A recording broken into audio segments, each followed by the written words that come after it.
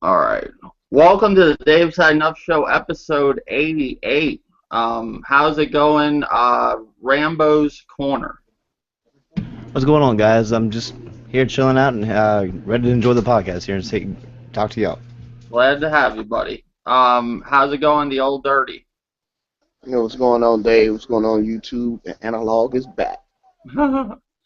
Glad to have you. And Frozen Magma is here. He said he'll be right back. All right. I guess first we'll get into the whole thing with Blizzard. I guess they're banning people now, and I think it's a good thing that they are banning people with the whole, people cheating with the Overwatch, basically hacking the game, doing stupid shit that they shouldn't be doing. I want to say shout out to One White Kong. Thank you for watching. But yeah, they're basically, the cheaters, the normal people that glitch the game, do all kinds of cheap shit to get ahead. And I think that they need to ban these people. I think it's good, and I guess they're putting them up on Blizzard's web, on their blog or whatever, some part of their website where they actually show the people that were banned too. So it's good. I think people like that need to be banned. I don't know why people want to get on a game just to cheat. I think it's stupid. Like, that's in my opinion, that's retarded. You're not good at the game. You're sitting there cheating. I got in trouble once for cheating. I did it once on Grand Theft Auto, cheating money to get more money, and they put me in the cheaters pool and put the dunce hat on you. But I always cheat the money thing, which that isn't good either. So I'm not going to give myself no pass or nothing. I shouldn't have been doing that. I think a lot of these first-person shooters, like I was playing The Last of Us one day, and I'm shooting this guy, and he's getting up every time I kill him and running away. Every time I take him down, he gets back up and he's running. I watched him do it about 4 times till he killed me. I mean, that's ridiculous. So what do you think? Some people are upset about this, that Blizzard's banning people, but do you think it's right or wrong, Rambo? Oh man, I've actually did something on this on my channel. I think that Overwatch actually should go above and beyond just banning a permaban. I think that they should do an IP ban across every one of their games. Mm-hmm. So if you get caught cheating in Overwatch, then you can't play Diablo. You can't even sign in and create a new account to play any game on there. World of Warcraft, nothing. I think that would deter cheaters from even happening. Because if you want to spend like I guess $20 to cheat on one game, but you've put your life say into like World of Warcraft, you're not going to cheat on a game just to take a chance of losing your ability to even go back to World of Warcraft and play. Mm-hmm. I'm happy. I'm very happy about it. I'm glad somebody's taking action and cheaters, because I think it's ridiculous in Call of Duty, and like I said, The Last of Us. I couldn't believe that day I'm playing The Last of Us, and the guy's getting up, running away Yeah. after I killed him 4 times, and And it's then Division too. I mean, Division, you got people shooting you from inside buildings. They're Mhm. shooting people and killing you outside in the street, and Ubisoft gives them like a 2-day ban, and they're right back into the game cheating after 2 days. So I'm actually glad to see a company stand up and say they're not afraid of these people. Well, it ruins your game too. I Oh mean, yeah, it ruins their game, so it's definitely hurting the company with the cheaters, because people ain't yes. gonna want to play if they're just people cheating. That's the So, reason why I don't play Division right now.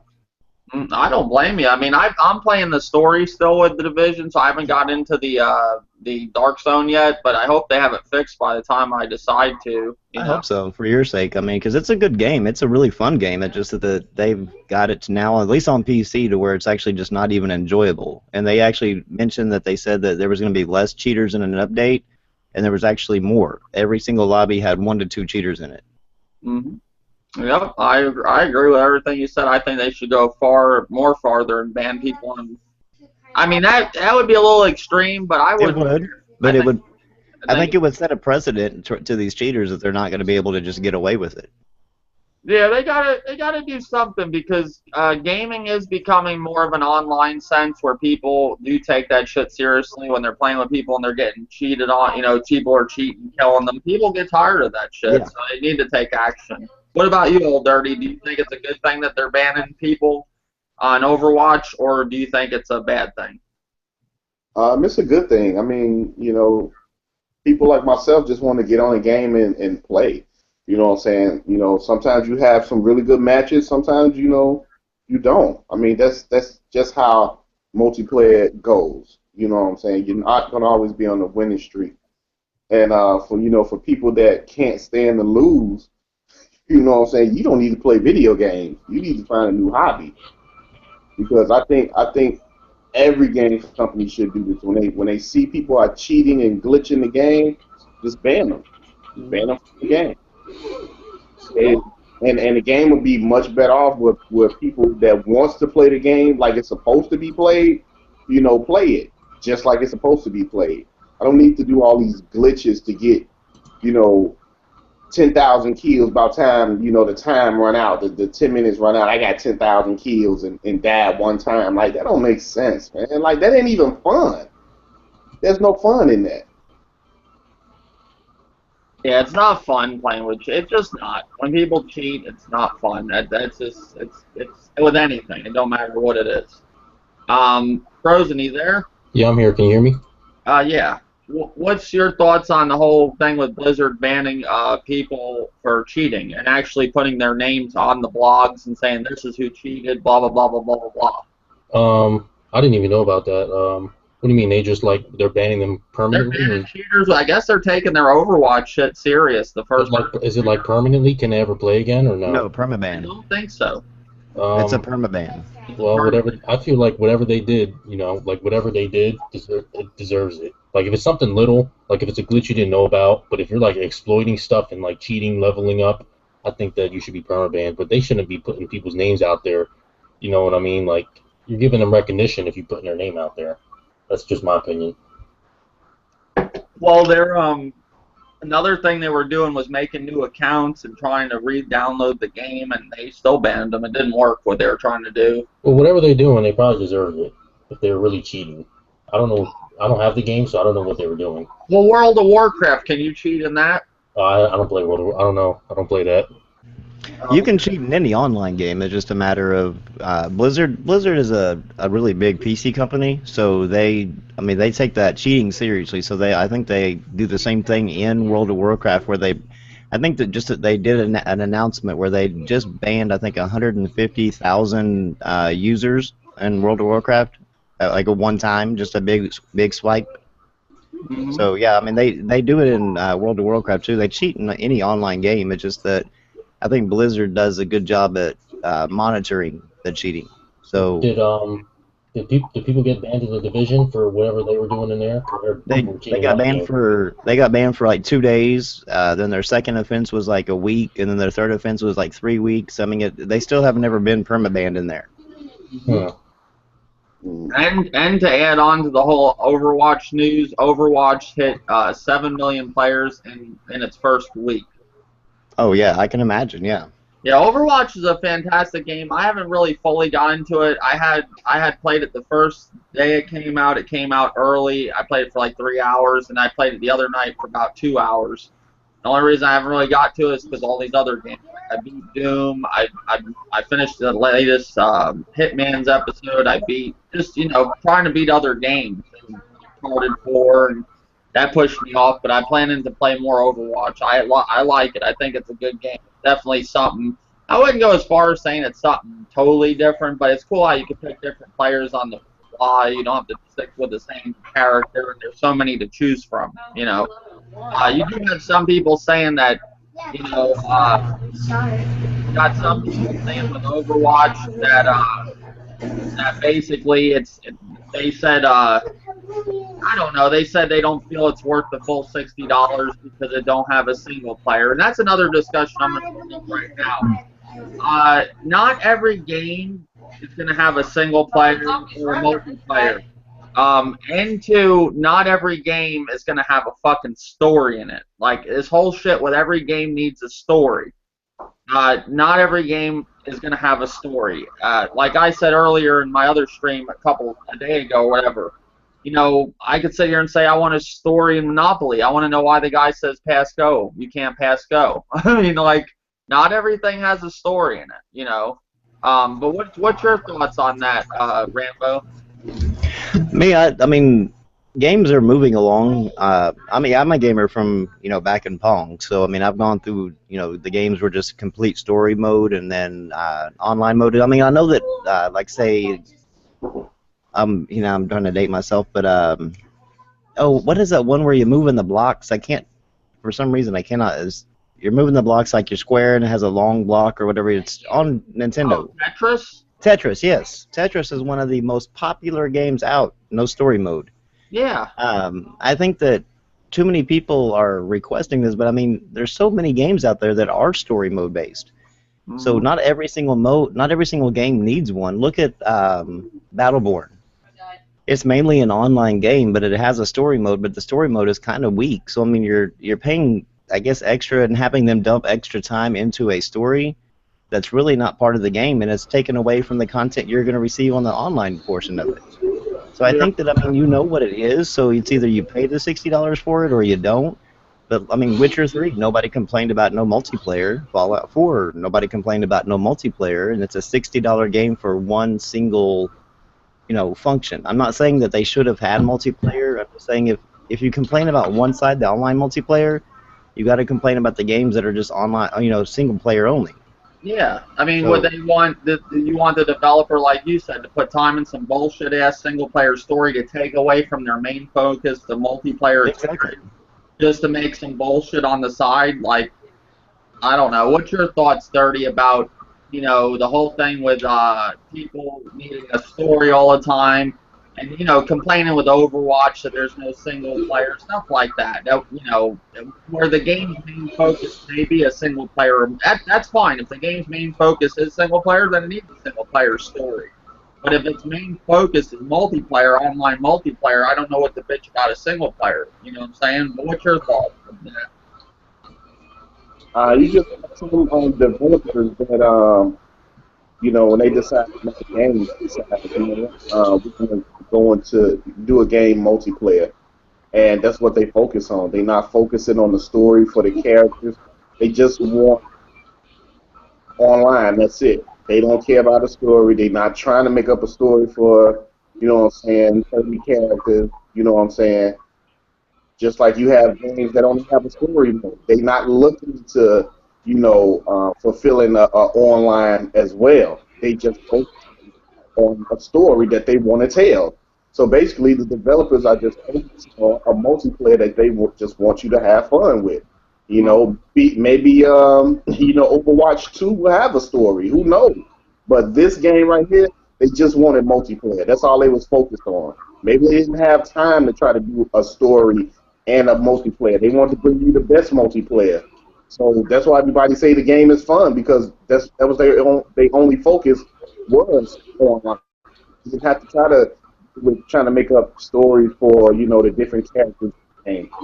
Well, then you look at a game like The Order, where their main focus was the story, and then people say, oh well, there's not enough gameplay. There's the story just isn't doing it for me. I need gameplay too. Like, they're focused on the story in that. Now, do I admit it needs a little more gameplay? Yeah, but I don't think it was as bad as people made it out to be, The Order, That's me. Frozen, what's your thoughts on the whole thing with basically people complaining every game needs a story, and games that basically focus on one thing, it always needs the other thing? They're never happy. I didn't like how people were complaining about this and didn't say anything about, people weren't complaining about Timefall. Timefall didn't have a story. People complained about it. For this, they didn't complain at all. Timefall, that game got hated right out the gate. Yeah, we all know why Titanfall got hated. It was an Xbox pretty much exclusive, and that's the reason why. Yeah. Now all of a sudden they love Titanfall. It's coming to all the consoles. It's gonna be great. We're all excited for Titanfall. I also look at it this way: is look at the games that have single player and multiplayer, like Halo, Call of Duty, Battlefield.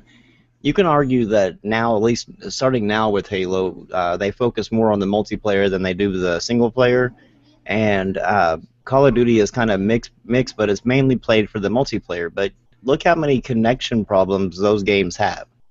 Look how many problems, even through all these times that they've actually been doing these games, they still have problems getting online connection. Master Chief Collection was a mess. But whenever you focus on the, say the multiplayer aspect, I think you have more time to develop and get those servers perfect. So I think that, some of these games I think that have the single player might end up going to multiplayer only and just focusing, making the multiplayer the best it possibly can be. Mm-hmm. Yep, that's true. I just I never had a problem with one or the other, whatever the main focus is. When it comes, I think now with Overwatch, you can get a story if you want. They've been putting it online.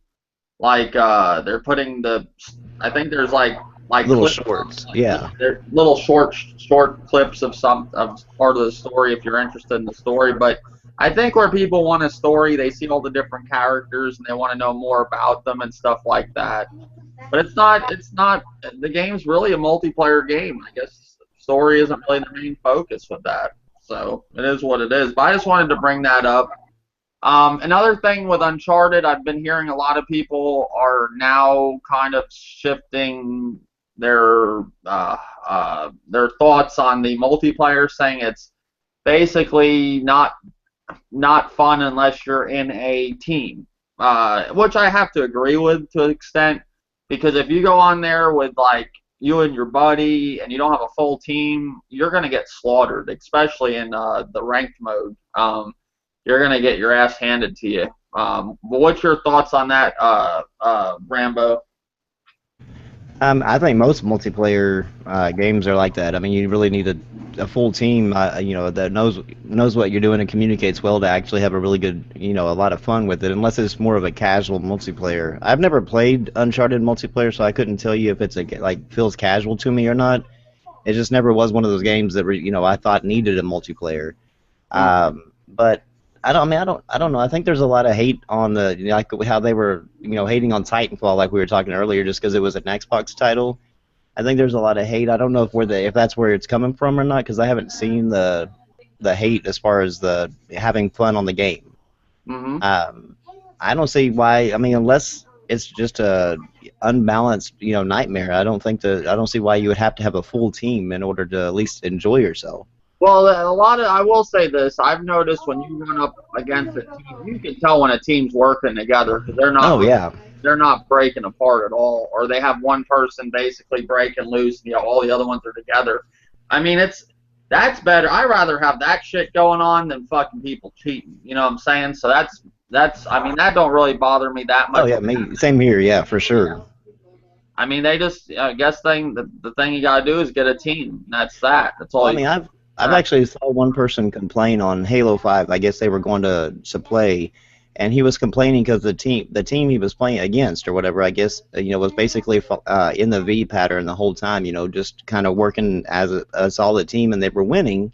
But he was like, man, that don't take skill, man. That's they're not going one on one with me. I was like, those games aren't based on your one on one skill. They're based on a team environment. Yep. So they're actually doing what they're supposed to do by playing as a team. Mm-hmm. Mm-hmm. Um. Uh, Old Dirty, what's your thoughts on the whole thing with people upset with Uncharted, with the, basically how you have to, you don't have to, but from some people feel you need a team to do successful in Uncharted. You can't just basically say one day, oh, I just want to get on there myself and play with randoms, because if you play with randoms, the majority of the time you're going to get destroyed in that, especially the ranked matches. What's your thoughts, Dirty? I mean, if you that type of player where you need, communication, then yeah, you know what I'm saying. I know sometimes certain multiplayer games, I want people to have their headsets on and talk and let me know, like what's going on. Like, oh, they over here, or somebody is camping out up top. You know what I'm saying? So we can all know as a team. When you just running blindly and you're running towards the fight, sometimes you could just keep dying because it's this one person that's, taking people out that's trying to come back to the fight that they killed. You know what I'm saying? So, and you don't know where this person is at. So sometimes it's good to, to be with your buddies, you know what I'm saying, in an online game, you know, just for that support, because you know how your buddies play. You know y'all gonna stick together. You know that they're gonna call out certain stuff like, yeah, somebody on the second platform, blah blah blah blah. You get the understanding like, okay, let me flank him and go around because there is another way to get to him. You know what I'm saying? It's multiple ways. Let me try one. So yeah, I mean, when you just playing with random people, I mean, sometimes you win, but majority of the time you lose because you don't have that communication on the mic, and some people don't play with the mic. Mm-hmm. So yeah, I can understand that. Yeah. All right. Yeah. What about you, Frozen, on that? On the whole thing with people with the multiplayer with Uncharted, basically feeling it's not fair because, you know, that's what I would assume would be what people are feeling. It's not fair because, you know, some people get on there, they have a team, and it's not really a game where I think you can be a one-man army for sure. And just basically, you know, basically that. What's your thoughts on that? Are there, Frozen? Let's see. I guess he's taking a break. All right. It's frozen. Yeah, he might be doing something. But yeah, that was another topic that was going around. I guess another thing I want to get into. I guess I don't know if I really addressed this whole. You know, I might have talked about it briefly. We weren't sure the last time, but it is officially delayed No Man's Sky until August 9th. It's official now. They came out official. What's your thoughts on that, Rambo? The way I look at it, I don't care about delays. I'd much rather have a delay than a cancellation. So, I mean, if they need to delay it, you know, continue delaying it until they get it right. I think with this game, it's going to be a huge, huge game as far as like content goes, because it's, you know, the self-generating and stuff like that, kind of like Minecraft.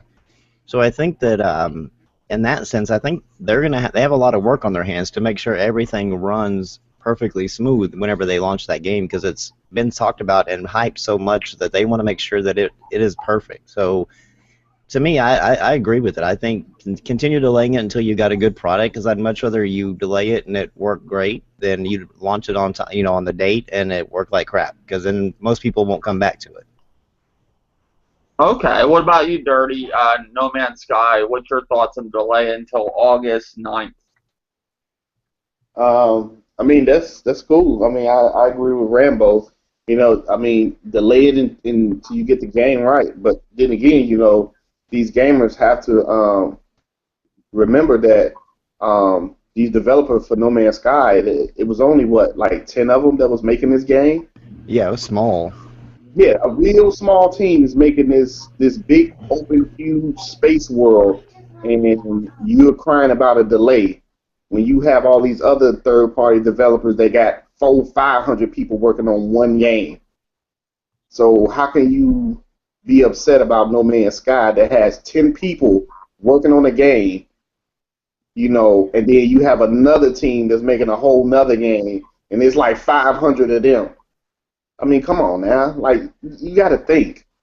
You know what I'm saying? It's a small man group. It's about 10 people working on this game. Like, calm down. They trying to give you the best. Whatever they trying to do with this game, they trying to give you the best experience. The only thing I can say is, if they got to keep delaying it to get it right, then do it, because it's only 10 of them. It's not 100. They got a lot to live up to, because there's some people that are hyping this game up with all what it's going to do. So my opinion on the whole thing, I don't think it's going to deliver on everything it's saying it's going to do, but maybe they'll prove me wrong. But they definitely have put out, you know, if you look into the game and hear what people have been saying about it, it's going to do all this shit. You know, you're going to go to different worlds, and it's going to be different every time, and all this shit. I'll be surprised if they pull it off, especially with, I don't think it has a huge budget, the game. Does it, Rambo? Actually, I think Sony's actually given money to it. So, okay. I think, because Sony said they're giving it the first party treatment, so they're going to do the I guess promotion for it and also fund it. So I mean, they got plenty of money for the game. It's just they don't have plenty of people, and I think they actually wanted to keep it that way, Hello Games, because I think they wanted to keep it kind of an in-house, close-knit, you know, group or whatever. So I mean, for them to be building a game that's this hyped and this, you know, it's actually, I think, more hyped than maybe, say, Battlefield 1 or whatever. And I'm not saying it's better than Battlefield 1. I'm just saying the hype surrounding it. I mean, they have a lot to, you know, perfect to make sure that whenever that game launches, that it's not an utter mess, because this is what's going to determine if they get to make more and more titles and actually hire more people and stuff like that. So they want to make sure they have the absolute best product. Yep. They have a lot to riding on their shoulders on this game. Mm-hmm. I mean, if I'll say this, if it is good, I'll get it. If it's something that does do what it's or somewhat what it's supposed to be doing, and it's actually fun, I'll pick it up. But right now, I currently have no interest in that game. I'd have to see that. I just think they have to do a little bit more with the advertising. Wouldn't you agree? Like, Yeah. I don't see too many advertisements about it. Like, but I mean, it's still a little ways off. So Yeah, I haven't really seen too. Well, honestly, I really haven't even seen that many gaming advertisements at all for really any game. It's really kind of weird. yeah, I haven't Uncharted, I think, is the only one I've seen. Uncharted, I saw that at the movie theater everywhere I went. I saw it on, movies and Netflix and everything else, but I never seen anything for any like Quantum Break or any of these other games. But a lot of people are telling me in other areas of the world, or other areas of the United States, I guess, that there was actually a lot of promotion for, like, say, Quantum Break, and I guess maybe No Man's Sky is happening somewhere else. I don't know, but it's not happening in my area. But I would agree with you. I would think they would need more support on the publishing, or not really publishing, but promotion to it. Get it out there even more. Yeah, I mean, I just don't see no promotion for the game. Like, usually, like, Overwatch was coming out. I see all these videos on Overwatch. I see, commercials. The list goes on. No Man's Sky, for as big as the game's going to be, I don't really see much about it, so I don't know. Frozen, you there? Oh, Frozen, I think, is having mic issues, so. Another thing I want to talk about that I didn't get to address last podcast. There's been some video of Mighty Number 9. In my opinion, I don't know why they delayed that game. It looks awful. Mighty Number 9 looks bad. The only thing I can't really complain about it, it's only $20. It's $19.99. But what they showed of Mighty Number 9, did you see it, Rambo? I didn't see what they saw, but a friend posted something a little while back or whatever, and it was, I mean, the frames per second on it were just like completely like terrible, and it was almost an unplayable game. I don't know. From what I've seen, I haven't seen the newest thing that was released that what you're referring to, but I mean, from what I saw, it wasn't even a game that even close to being done. So why do you think they're having so much problems with Mighty Number 9? If you see the game, you wouldn't think it'd be that. No, it seemed like it'd be it's because it's not a graphical, masterpiece or anything like that. So I don't understand what's going on with it. I don't know. Maybe if they're having some internal struggles, maybe losing people. I haven't heard. So that's the only thing I can think of. Maybe they're losing some people, and that's what's causing the problems. Yeah, that's a game that has been, delayed a few times, I believe. And it was supposed to be out at certain times, didn't come out, and I thought maybe they were just polishing it or whatever. But I seen what they showed the other day, and it just looks awful. I don't know. It didn't get my excitement. But for $20, I mean, I ain't bad. But I'm still not buying garbage. No, I say I can't even spend $20. I don't mind spending $20 to find out if a game's good or not. But if I already see that the game's not really great, I'm not going to spend $20 just to waste it. Yeah, I'm not throwing away $20. I agree. Old Dirty, Mighty Number 9. I'm pretty sure you saw the video I saw, right? No. The only video I seen of Mighty Number 9, man, was maybe last year, when they finally put up gameplay of the game.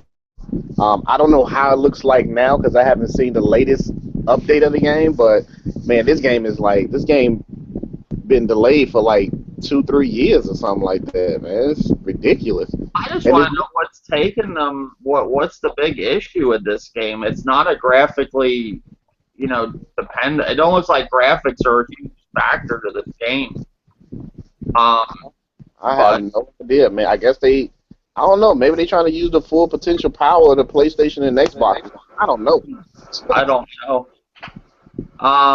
Yeah, there was a video I seen. Trying to find it. Frozen, you there? Yeah, can you hear me? Yeah. Did you see Mighty Number 9's latest gameplay they showed?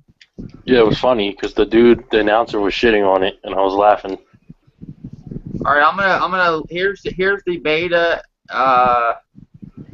Here is the latest game. Well, this is a demo. This is a beta version compared with the demo. I'll put it in our chat and the live chat. And it looks horrible. It looks bad. Like, I mean, I don't know. I'm not excited for it. Dave, people hold that Kenji Inafune guy as like one of the greatest people ever in the world when he's not even really a programmer. He's just a graphic designer. Yeah, And they're talking about how he's going to do amazing things for Recore and amazing things for that other game he's working on. And I feel bad for anyone that really supported that game because they're not really getting their money's worth. I mean, the game looks decent as far as graphics go, but I mean, just the gameplay doesn't look great at all. I mean, I'd rather just play Mega Man. yeah, same here. I personally. yeah. I put it in the live chat and I put it in our chat. But just check it out when you have time. I mean, it don't look terrible, but it's definitely not something I think that they should be delaying like how they are. I don't know. But there's been a couple times when it was supposed to come out and then they didn't even say nothing really. They just delayed it. They didn't even really speak on why it was delayed or nothing. So I don't know. It's weird. Other than that, there was some more rumors for Nintendo by Digitimes, I believe. They were talking on the whole NX basically having virtual reality as a handheld. Did you hear that, Rambo? Having who? What is it, handheld? Supposedly, there's more rumors with the NX. It's going to be like a virtual reality. They're going to possibly put virtual reality into it, and that's why it was kind of held back a little bit longer to basically put virtual reality in it. And it's going to be basically going to be a handheld mix of virtual reality. That's going to be, I don't know. That's going to be interesting to see how they work that out, because I mean, I guess their controller will turn into like a virtual reality, I guess, headset thing, or is it actually just going to be like right in their hand still? It's going to be different. That's what I'll say. Yeah, I mean, I haven't even heard of such a thing like that. That would even be possible. Now, maybe like as far as the mobile, you can turn that into a virtual reality, but that still would require a controller somewhat like the Nintendo Wii U has, as far as turning that into a virtual reality. But still, yeah, man, I don't know. That's going to be interesting. Nintendo, they do some weird things, some weird and odd things here lately. And I mean, that's not saying that they don't innovate or they don't do things new, but some of the things they've been doing here lately, I can't get behind. And as far as their innovation goes, it seems like they're just doing their own thing and they don't really listen to too much anymore. No, they don't really care. That's the thing. They don't listen to. It's like they just, like you said, they do whatever they want, and they don't, and they think they would learn their lesson from some of their past experiences. Like, look at Sony. They fucked up with the PS3. They learned their lesson this generation. Nintendo, they fuck up with the Wii U. They do something completely more fucked up. You know, if the rumors are correct. You know, I'm not saying I don't know for sure, but that's the latest rumor from Digitimes. Basically, Nintendo basically plans to include VR functionality into the NX. I'm trying to get the article. I'm just trying to figure out what games they have that would work with virtual reality. I mean, obviously you could just see the game up closer or whatever, but I mean, as far as the true virtual reality, they don't really do a lot of third-party gaming, so I don't really know. I guess unless they're building their own, virtual reality games as well, but it'll be interesting to see how it happens if it works. I mean, if it actually comes true. I'll post the article in the live chat, and I'm gonna put it in our chat. But this is Digitimes. But yeah, I don't know. I just see the whole thing with VR. Like, I'm gonna get in the whole VR conversation that I was gonna try to avoid, but I guess it's not gonna happen. Oops, I gave the link to the same thing again. Hold on. Let's see. But basically with VR, to me, it looks like these companies are definitely planning that VR would probably be something that's going to succeed, because it looks like they're all going to do it, because there's rumors with the Scorpio basically going to be able to power the Oculus Rift, and then you got the PlayStation with the PlayStation VR with the Neo. And then you got Nintendo now with possibly their own virtual reality. The only thing with Nintendo, let's stop and think with Nintendo, like the guy said in the video that I watched, which was Monday Mac, which he had a great point. Okay, you got Nintendo, say they do step into virtual reality like the rest of them.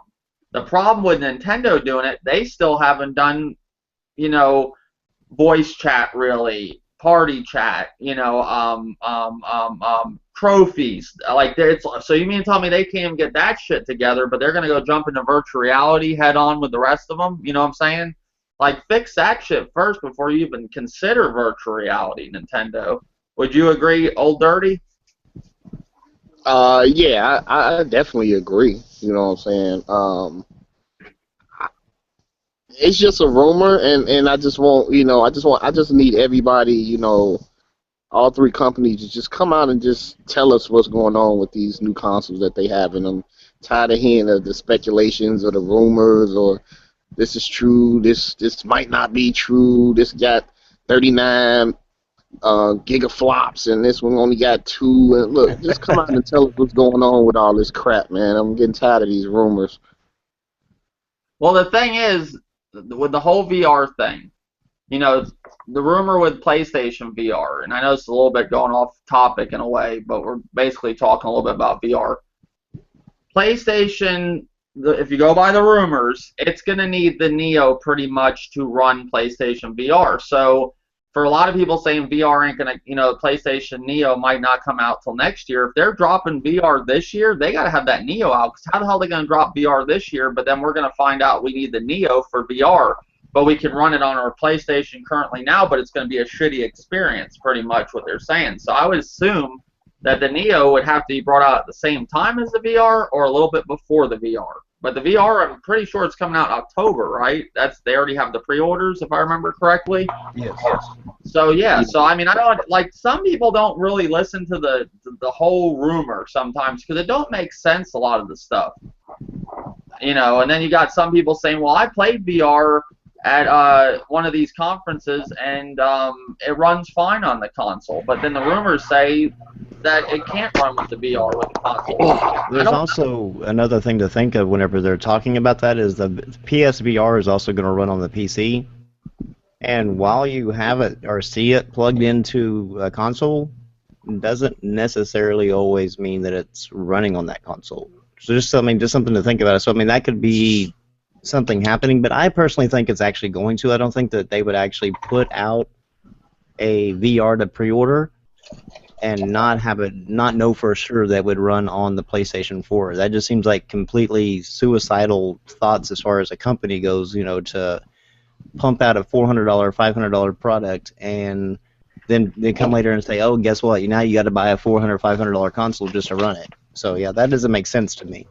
Well, in this article of the DigiTimes, it says Nintendo's NX mass production postpones to early 2017. But there's an interesting part in this article that says the sources pointed out that Nintendo combines the video gaming experience with the mobile gaming experience.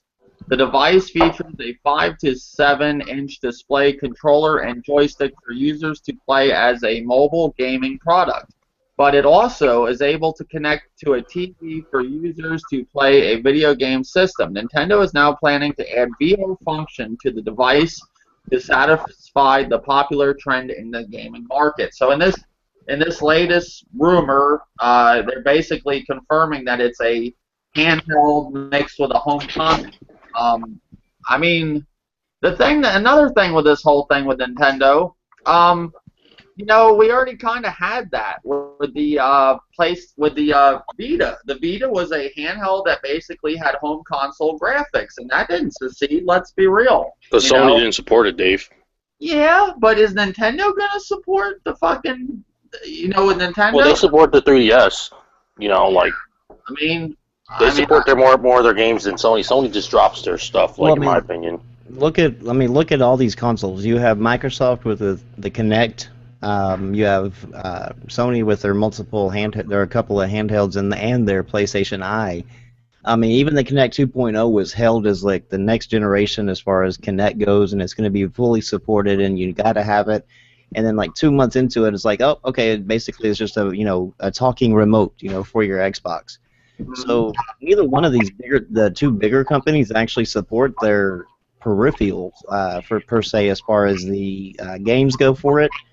So I would think that Nintendo actually supports theirs a whole lot more than any of the other ones. So I would actually see Nintendo's VR option probably doing better than Microsoft or Sony is in that matter. Yeah. Well, I have to ask you guys. Do you think I've talked to one of my subscribers last night that actually has got, I believe it's called the HTC virtual reality, the more expensive one. I think it's called the HTC. I could be wrong. It's $900. He has that. He's played the virtual reality of the PlayStation, the VR, and I think he's played the Oculus Rift. And he was just talking about them. And basically, he feels that VR will succeed, but he didn't like the PlayStation virtual reality. He says it was uncomfortable. He said the HTC, I believe that's the name of it. I could be saying it wrong. He says that is like light years ahead of the VR. But do you guys think this is going to succeed, Rambo? Do you think that VR is going to just be something that was like the Wii? Basically, just put it away after about 2 weeks, or that's the touchy thing. I mean, I might actually upset a lot of people with this, but I'm not really trying to because of, I mean, just the history of these two companies as far as Sony and Microsoft go. But console gamers are usually the gamers, and I was one for over 30 years, but they're the type of gamer that wants to buy a system and just buy games. They don't really want to have to continue to upgrade and do all these other different things as far as, going out and buying extra stuff for that. That's usually what the PC crowd was always known for. So to say, like, if Microsoft's partnering with Oculus Rift, that's a $700 or $600 virtual reality. Then you have the $500 version from Sony, and then I don't know what Nintendo is or whatever, but that's a very expensive item for a console gamer or a mom to go out and buy their child, or their a college student to run out and buy as well. So I think the thing is that, like, you're addressing, like what I should have said too with this. Not only do you, from these rumors, do you have to buy the VR that's for $399 or whatever from Sony, you got to buy the Neo also. Like, that's on top of that, or the new Xbox for the. Well, you don't have to buy the Neo on top of it. Not Dave. You don't have to, because when I tried it, they had the PU box next to it that connects to the PlayStation. No, but you got people now saying it ain't. That's just people out there trying to make it sound worse. Dave, it'll probably be like quicker load times. They'll probably market it like that for the VR. But from what I'm understanding, when I was at PlayStation Experience, all PlayStations you have are VR ready. Well, you see, you had the big, but there's bigger channels reporting that, like the what's the one called, the No or something? They went all in depth. Okay, imagine this, if you will. On the PC side, as far as Oculus Rift, it says recommended setting or recommended specs are GTX 970 or I think AMD 290. Mm-hmm. But they also will run on a 780 Ti on up. So I mean, they'll run on the older card, but you're going to get what they feel the best experience out of a GTX 970 or better. So, I mean, I think it will run, and it'll run, pretty well on there. I think the PS4 Neo is going to just maybe let it handle it better, I guess, but or give it a better understanding or better feel for it. But it's going to run perfectly fine on the PS4. I think that people are, I don't know, I think that rumor came out and people ran with that instead of actually verifying if Sony has never said anything. They never said that at all. Sony hasn't said nothing completely on anything. Sony's not. I don't think Sony's stupid. I mean, that would be completely stupid on their part to announce that. They could be sued by every single PlayStation 4 owner. Yeah. Well, I'm just saying. You claim that I can run it on my PlayStation 4 and then all of a sudden tell me, wait, you need to buy another console? Well, that's what I'm saying. If that is true, that's a lot of money, and it's wrong. That's why they wouldn't do it. They would lose their whole fan base. Yeah, they would. That 40 million would turn into maybe 10 million. Just the diehard ones that actually won't go anywhere, won't admit they did anything wrong. Well, definitely. Like, if you look at the Xbox, do you think the Xbox One is powerful enough to run the Oculus? Not by itself, not the way it is right now. I mean, you would need a separate thing like the PlayStation 4 does to be able to push it. They'd probably put like a little power box that comes with the Oculus, maybe, and you could plug it into your Xbox or something. It would have to, yeah. Yeah, it'll probably be like something like that, and then you could probably use the Xbox with the VR. I think to get the best experience, you'd probably want to get the Scorpio. But I mean, as far as I think that they would end up having to market it like that, like they did the PSVR, in order to make it compatible. Because as they boast it right now, you can't just plug VR in and work. You have to actually have an extra adapter in there to power it. And that's what PlayStation 4. Every single one of their VR headsets come with that extra power supply thing. Mm-hmm. And Dirty, your thoughts on this whole thing? Because you were the one that actually linked me the video with the one about. Here it is. I found it right here. It says PlayStation VR awful on the original PS4. What's your thoughts on the whole thing? With the whole VR in general. I think the whole VR thing, man, I think to me is really just going to be just a fad. I mean, just how the original Wii was. It was first time motion controls, and then the Kinect for the 360. You didn't have to have nothing in your hand, and you know how people said that the Wii was brought back casuals, and then it was put in the closet like a month after. You know what I'm saying? I think VR will probably be the same way, unless they just bring some amazing games to this thing. And I'm getting the feeling that there probably will be some good games here and there, but it's going to be a lot of shovelware on this VR. Just like the original Wii had a lot of shovelware, but it did have some really good hidden gems if you actually look for it. And I think the VR is going to be the same way. Speaking on that, I'll put that video in the chat for you guys too, and I'll put it in the live chat. The whole thing about the PlayStation 4 being a horrible experience or whatever they titled it as. Well, speaking of like what he was referring to as far as like the games go, I think that these people that expect AAA titles like say an Uncharted 4 or a Quantum Break level of game for the virtual reality, I think they're going to have to step away from that thought process, because a lot of them are sort of like indie games, but they do have great graphics. I mean, as far as these smaller games go. They got a nice horror game on there. Yes, and I think that people are going to look at it as, some people, I guess, not everybody, is going to look at it and say, oh, that's just an indie game, I'm not going to mess with that. And that's not really what these things are. They're actually a big title for, say, the virtual reality. But if you put that game on, say, the console by itself, it would be considered possibly an indie title. Oh, okay.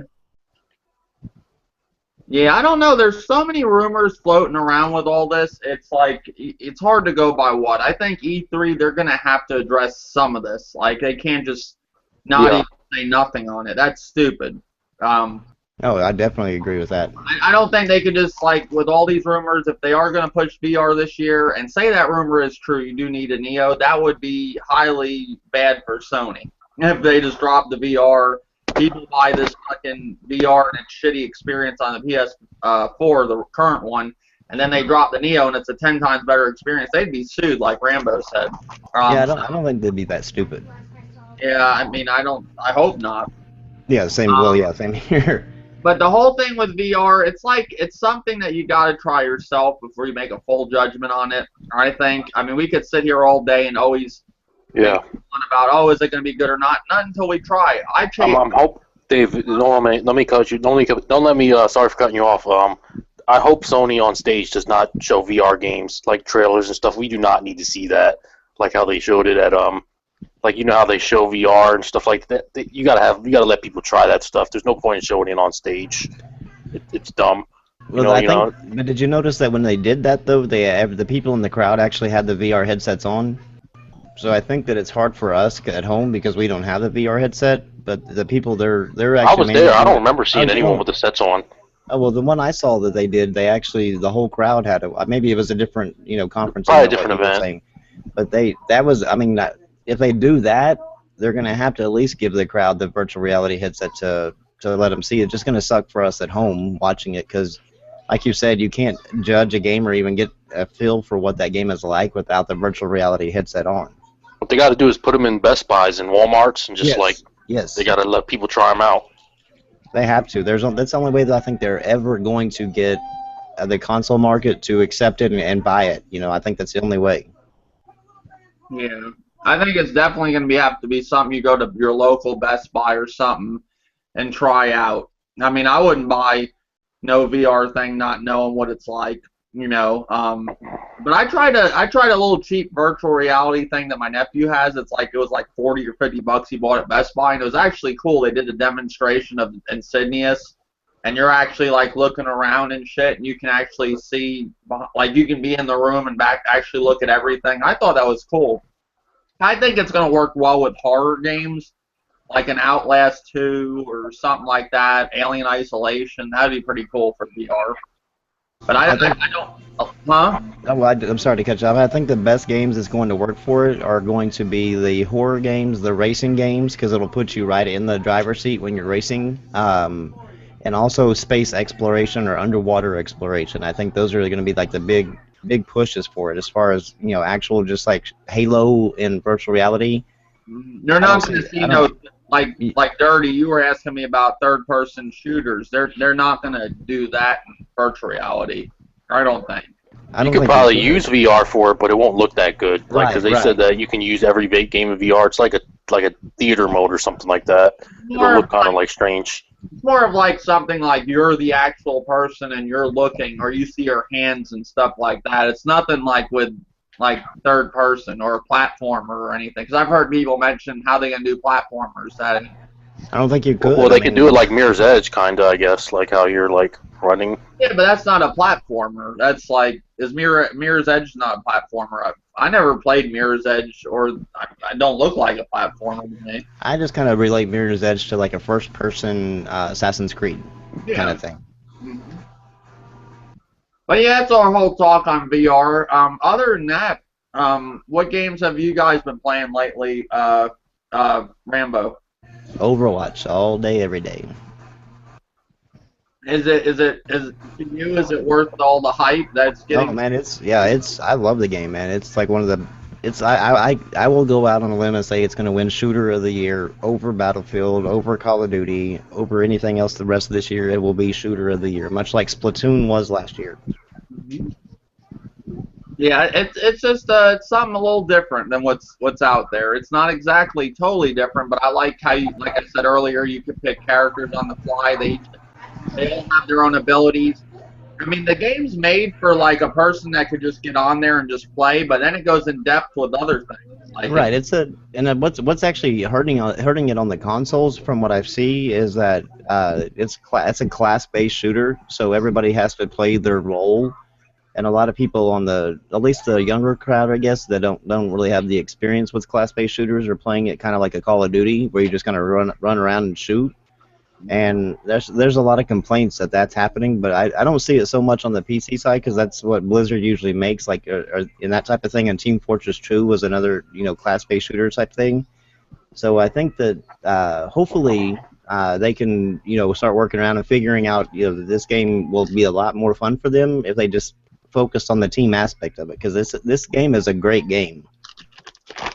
Oh no, it's phenomenal. Like, I thought it was fun to see. Like, a reason I couldn't get into it quite yet is because I wanted to finish Doom and I wanted to finish Uncharted. Oh yeah. I wanted to get them out of the way. I can't play. It's so hard to play everything, but I did get to mess with it a little bit, and it's a great game. I never got on it the times that I did play it and say, oh, I wish I didn't buy this. It's really good. Well, let me ask you this: y'all are console players, right? Yeah. So, on y'all, I guess, do you play it Frozen or Old Dirt? Say that again. Do y'all play Overwatch at all? I only played the beta. I haven't picked up the game yet, but the beta was fun. I just haven't picked the game up yet. Did you notice whenever you played the beta on console? Did you notice that is it actually a problem on consoles, like to where people are playing it like Call of Duty instead of actually playing it as a team? Yep. Okay, because that's why I hear a lot of people complaining, and a lot of my friends that are on console saying that they love the game. They just wish people would actually play their role. Well, yeah. See, everybody thinks that every shooter is Call of Duty. That's the problem. Yes. Yep. I even heard like people will play as the ones that can like heal teammates and like never heal them. They trying to get kills. Yeah, I don't understand even why would you even pick that damn character. Now, Grimpachi, he's not here. I don't like really speaking on somebody that's not here because I know it causes issues sometimes, but this ain't that bad. We were talking today about Uncharted 4 multiplayer. He said he played it. Now, he said to me, he's like, Dave, when I play with you, if we do play, don't get mad if I don't pick you up. He feels when people in that game, when you go to pick up somebody, it's kind of pointless because somebody's going to always come around the corner and kill you because how slow it is to actually revive somebody. Which, in a sense, majority, 9 times out of 10, when I'm reviving somebody, I'm getting killed. Yeah. You know, Dave, there's abilities and stuff that he can get to revive quicker, and you can get. You don't even need. That's what I told him today, but I haven't got the top ability for revive, but the one that But you can get the health pack, and you can just throw the health pack. He doesn't even need to stand there. Well, he feels it. He played the other Uncharted's, and he says that shit where you go down and crawl. He says that was not in there. He says Well, because it was in The Last of Us, and they brought it over. That's the problem. They brought, like he said, they brought that over from The Last of Us, which I said too myself. That's definitely from The Last of Us. But he feels like Gears of War in those games, like the thing he says with Gears of War, you press one button and the guy gets up. You don't have to sit there and hold a button. I understand where he's coming from, and on the other side, I see where you're coming from. But I mean, I notice every time I do go to revive somebody, that's the majority of my deaths half the time. Because I know I don't like this. I like to try to save as many people as I can because I don't like to be downed either. So I see where Grim's coming from, and then I feel where other people are coming from. But yeah, Overwatch. Going back to Overwatch, fantastic game, and I think it's a game that people are, they get on there and they look for, a basic Call of Duty character. Who's the Call of Duty character in that game? Soldier 76. Yeah, Soldier 76. Or what about the other one, the Widowmaker? Maybe she's kind She's a sniper, yeah. I mean, you could probably use her as maybe, like, I guess the sniper portion of Call of Duty, but it's mainly Soldier 76, and you can tell that they're, the Call of Duty players when they get on there is because they're just, at least not even on PC, I mean, they just run around and just even run up straight up to you and shoot. They don't even stay with their team. They're just by themselves. Yeah, I like that mech too. The girl that could be in the mech, and then her mech blows up, and then you. Oh, Diva, I love her. Yes. Yeah, that's usually my go-to character, or I like the Widowmaker. I haven't really messed with a lot of the other ones. I'm still messing with them. Frozen, what have you been playing lately? I've been playing that One Piece Burning Blood and anime fighting game. Been playing Ratchet and Clank. Been playing Teenage Mutant Ninja Turtles. I got the review on my channel because that game got unneeded hate. Everybody's trashing the game that hasn't even played the game, and they're just listening to what IGN is saying. And a little bit of Dark Souls. Can I ask you something on that? Is that game really only a 4-hour game as far as the story goes? I have gameplay on my channel. I have probably about it took me about two hours to beat the first boss. I'm playing on hard. And I don't skip the cutscenes. I guess IGN must have played it on easy or something. Okay, because I'll go watch your thing so that you get the view and I can actually see what the whole thing. But I just wanted to ask that quick question because everybody was saying it was like a 4-hour story, and I was like, I was wanting to get it, but I'm not going to dump that kind of money on a 4-hour. I only paid $30 for the game. I felt like it was worth my money, especially if you got friends to play with. It's a good co-op game. People are complaining about. One reviewer gave it a bad score because it wasn't 60 frames per second, and the frames didn't drop for me at all in the game. Oh, well, good. I feel a good thing for the consoles that they don't drop at all. Well, it didn't drop at all. You got people. I noticed this new thing this generation. It's kind of weird. Like, people cut cutscenes out of a game. Like, cutscenes are part of the game. I don't care whether they're just something you watch. It's not actual gameplay. It's still time in the game, and I don't see how that's getting cut out of the game. I could see if it's like the game's overloaded with cutscenes, then I could see them thinking about that. But a cutscene is part of the game, no matter what you want, however you want to look at it. It's still part of the game. I could cut cutscenes out of many games, and then they'll be down to nothing. I don't understand that whole philosophy right there. And quick time events, people cry about that. The end of Uncharted was a quick time event in a way, right? Would you assume, or no? Yeah. Oh, yeah, definitely. So why isn't people complain? I mean, I remember the order, quick time event, quick time event, quick time event, but Uncharted does it at the end, and final boss is a whole fucking quick time event. And it's because it's Uncharted. Nobody says anything about that game. Nobody's crying about that, but that's all we heard about the order was the quick time events. But Uncharted does it at the end of Uncharted, and it's fine. You know, I don't. The only problem I have with QuickTime events is whenever I fail them. It just makes me mad because and then I have to start all back over and try to remember. Okay, that was a triangle that popped up, or that was a a Y that popped up, whatever. I just have to remember the damn the QuickTime event order. Well, and I'll say, like, it's no spoilers or nothing. Just the end boss and Uncharted, you're going to be doing QuickTime events. But it's a hard, like, on Crushing, that shit was hard, like, to get that to do right. Because sometimes I think he does switch it up on you. If you come at him a different angle, he'll switch it up on you. But it was hard, you know. Dirty, what have you been playing lately? I've been playing NBA 2K16, a little bit of WWE 2K16, playing Uncharted 4. Probably got maybe another 2 hours into the game before I beat it. UFC 2, and that's about it on the consoles. Okay. Yeah, what do you call it? UFC 2, for anybody watching, they just did another update for people that were complaining about the clinch. They kind of did stuff to that. Still didn't fully fix it. I wish they'd make it to where you could break loose from the clinch like the old game, just press the analog in, but they didn't do that yet. EA's been supporting that game pretty good. EA has turned around a little bit, and I don't think nobody's given them any credit. I mean, EA has been trying. I mean, people throw EA in this dark hole, but I don't think EA is that bad of a company.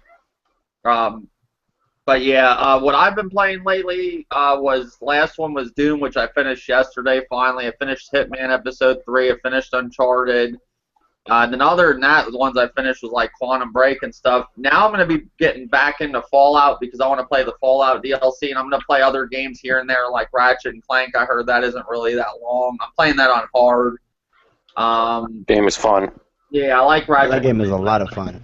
I just don't like that they cut you. And that game's at 30 frames per second, and nobody said anything. Just saying. You can't live stream it. They cut the They cut the cutscenes out, yeah. And if you live stream with an Elgato, you'll get their video blocked, like I did. Oh, so they still block it even with the Yeah, that's what is it? The rights because of the movie. Yep. The movie has movie cutscenes in it.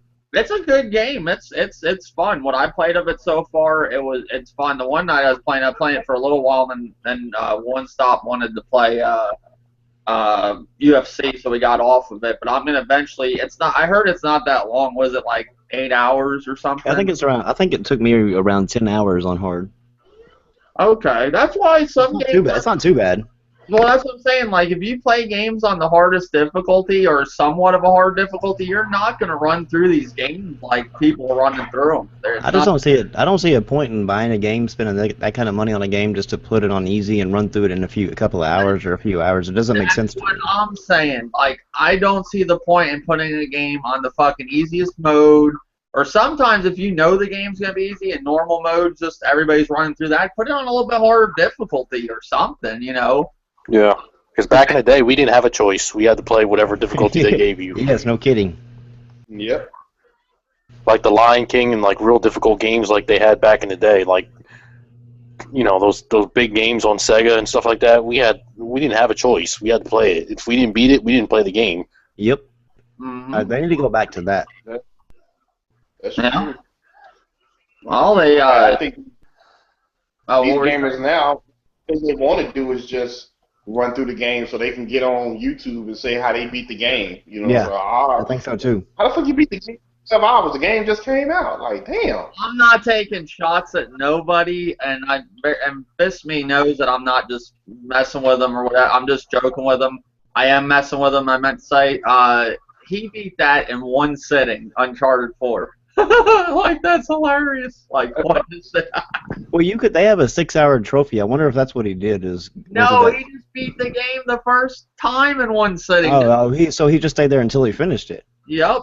Oh, wow. Well, some people do that with their games, like, You know what? He beat Bloodborne in one sitting. Damn. Well, Yeah. he kind of speed ran Bloodborne on his second playthrough, though. Bloodborne, you can kind of speed run it a little bit. Wait a minute, Bloodborne, ain't that like a 40-hour game or something? Not if you speed run, and he was like on New Game Plus, I think, and he was just running through it, just fighting the main bosses. He didn't do all the extra bosses and stuff like that. I'll say one thing. I made a challenge to Bear Hugger or Fist Me or whatever he's going by now. To beat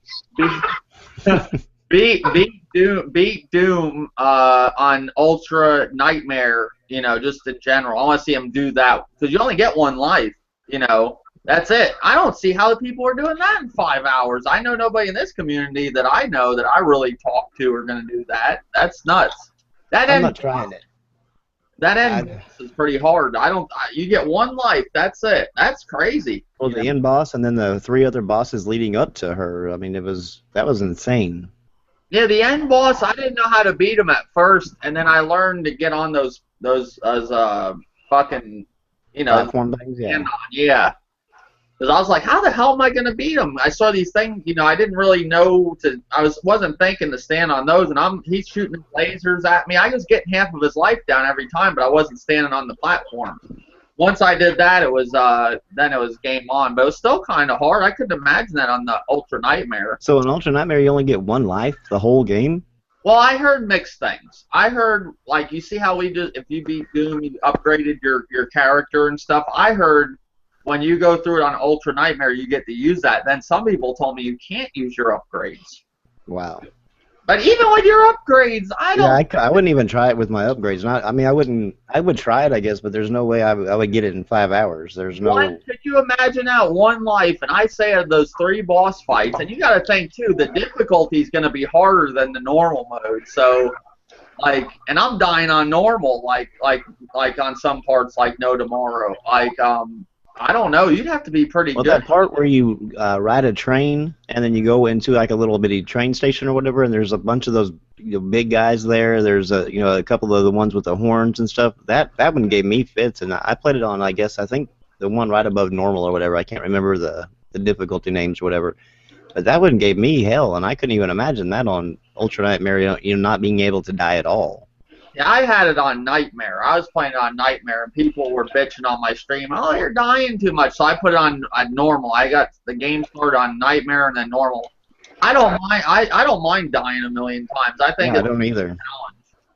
I just mind dying and only having one life and having to start all back over again. I gotta look more into that, but that's what I hear about Ultra Nightmare. I heard it's one life, and if that's the case, that's a fucking challenge. Right yeah, there. That brings me back to my childhood, and that was always crushing whenever you got to the end, of the game and you died and you was out of lives at that point. Well, I'll tell you one thing. Another hard game, if you played on hard, is Shadow of the Beast. That's a hard game too. How is Shadow of the Beast? I've actually wanted to play that, and I'm not really into the Japanese or the anime games or whatever. I don't even know if it's actually considered anime. I played for 3 hours and I liked it. Is it a story-driven game? Yeah, but it has puzzles too. It's like I love puzzles, but I mean, is the story actually followable? I mean, does it pull you in, kind of like an Uncharted story or something like that? It's got a story to it. Good. It's not bad. It's pretty good. Shadow of the Beast is good. I don't know how long the game is. I haven't looked at any of that, but it's pretty good. I like try it. For $20, you can't go wrong on that one. Yeah, that's not too bad. But now I think on the hard mode you only get so many lives and then you have to restart the stage. But I don't think they make you start all the way over from the beginning again. But it's a pretty good game. I haven't heard many people talking about it since it came out. I've heard a little talk. The one thing, do you guys agree that most games this generation are I don't know, not games.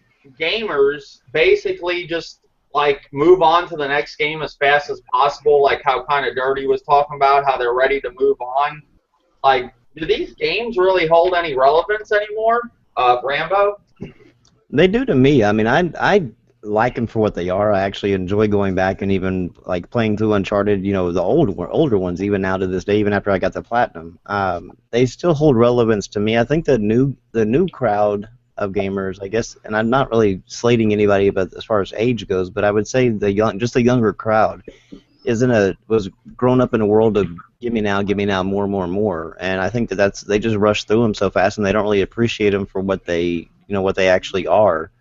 like skipping the cutscenes and everything. They're not really focusing on the story. They're just rushing through the game just to get on to the next one. And I think those people will never have any hold to the relevance to these games to them anymore. I think they're just on to the next big thing.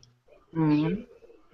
Well, this generation, to me, a lot of games, I would say, I feel are like just games are disposable. Certain ones, like the Division. Once I get done with Oh that, yeah, that in that sense, yes, I would agree. Those things don't like the Division to me. It's forgettable. I mean, it's fun if you have a good team and stuff, and you go to the and have fun together.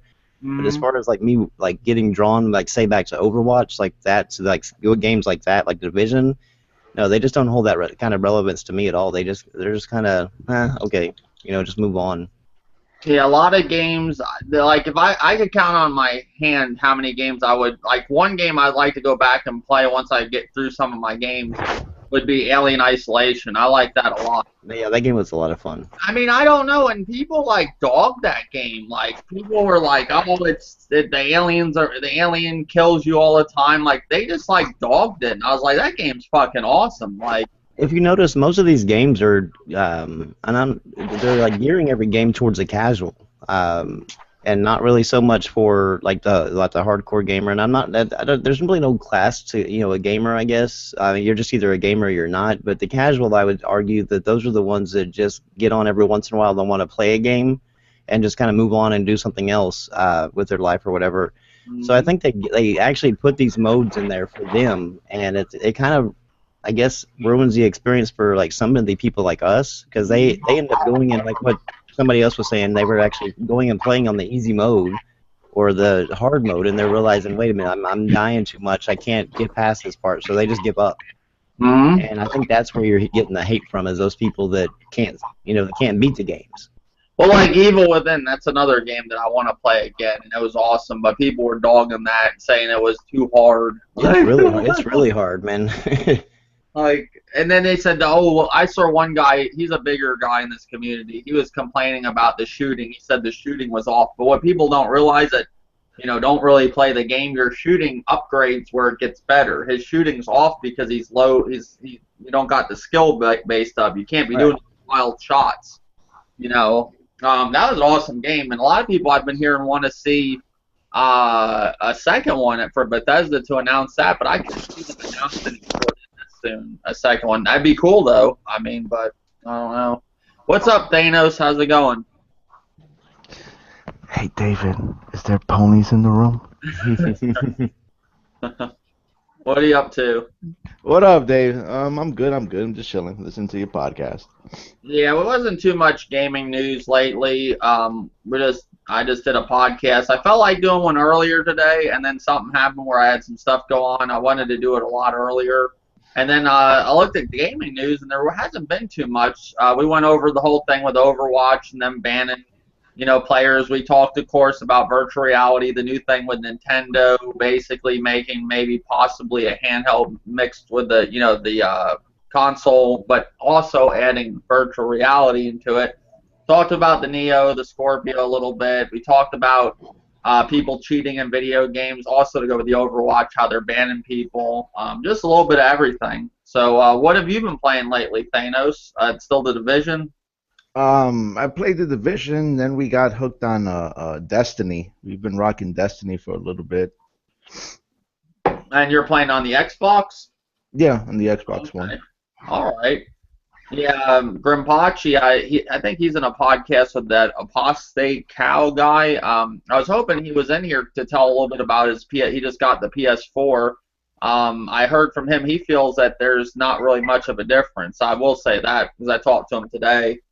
And you're one that feels that too, right? What between the PS4 and the Xbox PS4 and Xbox One. Yeah, essentially it's the games. That's where the real difference is at. It's the games. Because they're very similar. Yeah, I think that honestly, I have both, and I bought a lot of double dipping games, and I think really on most of them, there's only a handful of games. I would argue probably only about 5 games that you could probably compare the graphics to, or the resolution or whatever, and be able to see a noticeable difference. The rest of them are they almost look identical. Yeah, we were talking Grimpachi about that, and then he brought up the whole thing, which I was hoping he would come in here, but I guess he's still doing the podcast, so I'm going to bring it up anyways. He said that Super Mario 3D World is better graphically than Uncharted 4, in his opinion. What do you guys think about that, Thanos? He probably mean. Well, I mean, he's gonna come in and damage control his shit anyways. But most likely, it's if it is, I can maybe see like in an art direction, but actual graphically, no. And No. you're not, and this is coming from not a person that's not the biggest fan of Uncharted, right? Yeah. Yeah, so you're being honest saying that no. Like, well, there's people out there that want to say that the sky is purple. I don't argue with people's opinions or imaginations. If that's what they want to say, then they can keep it. Well, I remember one time Next Gen 720 was debating this guy. His name was Twilight Bites. He was a real I remember that. Wii U weirdo. He comes out. He wasn't doing too bad in the debate, but then he comes out with this. He goes, I feel Splatoon is graphically above Infamous Second Son. He just says that. And what? Yeah, he said he felt that Infamous was he felt Splatoon was better graphically than Infamous Second Son. Wow. Maybe he was attracted. That's what I was saying. That's some people are attracted to certain art styles. Yeah, that would only be. That's the only thing I could think of. Mm-hmm. Yeah, that's the only thing I could think of too. I mean, the thing is, I don't really think you could compare the two games. Like, I don't think I could compare Metal Gear Solid with Pikmin. I just don't. I really don't. They're different games. Uncharted, and well, in that sense, Metal Gear's more of a realistic looking game, more real lifelike, and that's about like little ants and stuff. You know what I'm saying? I think there are two. I think you would compare like a more realistic look to a more cartoony look. I think you should compare cartoon games to, and in realistic games, leave them with realistic games. It's like the whole thing with how people are comparing Uncharted to Quantum Break. I think Uncharted, if you were going to compare it to anything, it would be Tomb Raider, right? Yeah. I mean, yeah. And real quick, Dave, like on Real Gamer 27. I checked out both his podcasts in the last 2 weeks or shit like that. And Alex was on there, and because I think I asked him about what's the game that they think is the best game thus far this year. And Alex was talking about Tomb Raider, and then that got into a conversation, comparing Tomb Raider to Uncharted and stuff like that. And I agree with him. I think graphically, I would have to say, on the console side, I think Tomb Raider is the best looking game on console today. Okay. I mean, I'm not on the would be like on the PC. See, Tomb Raider, I love Tomb Raider. It's my game of the year last year. Now, you said PC though, right? Yeah, The Witcher 3 on the PC because there's so much shit you can do with it as far as mods and increasing it and making it even look better than what it really is. Mm-hmm. And then on Uncharted 4, maybe I'm just more attracted to the art direction, the environment that she's in more than say Uncharted 4. But to me, in my opinion, I think looks better. The art direction, just more appealing. See, the whole thing with me with Uncharted, when he's in that boat in the water looks fucking crystal clear. It's just unreal. Like, the boat looked good, and then that part where he's chasing them after Sam, and he's like hanging onto a rope, swinging in the road. That was unreal. But Tomb Raider has some really cool shit too. I mean, I could see if somebody sees one looks better than the other. I mean, I can't argue with that because they're both good-looking games. So I'm not going to sit here and say, oh, well, this one for sure is better. No, it's somebody's opinion. I mean, you can't. But when somebody says, now Grimpachi, I always expect something wild with him, like when he goes Super Mario 3D World. Grimpachi would say some shit like Tony Hawk looks better than the Unreal Engine 4 tech demo. Yeah. That's what he would say. You know what I'm saying? And that would he knows that shit's gonna throw people off, you know what I mean? But you can't argue with his favorite color. You can't argue with his opinion, and he knows it, you know.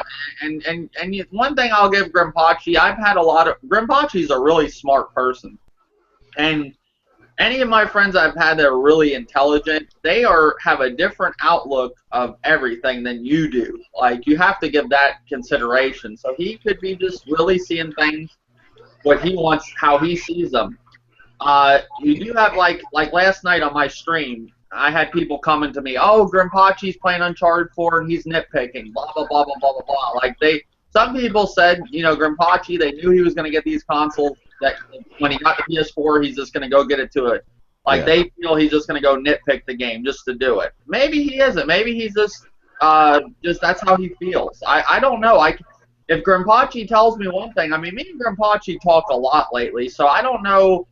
To me, it would feel stupid for somebody to be like that, just to, you know, play games and just say, oh, I'm just going to make this, you know, just going to say this is that just to get people going. I don't think he's doing it because people think he's doing that all the time. He's going to do that all the time, you know. Well, shit. On Dave, I mean, on the Crumb side of YouTube, we have disagreements and arguments about every fucking aspect of these consoles. We argued about the operating system, the network, the features, the controllers, the battery life, the size of the fucking consoles, which one makes more noise than the other. We've argued about every fucking aspect about these consoles, you know. And now he has both, right? Because I think I'm sure he has an Xbox One, right? I think I have him on my console. Yeah. And he has a PC too, so he even has the PC too.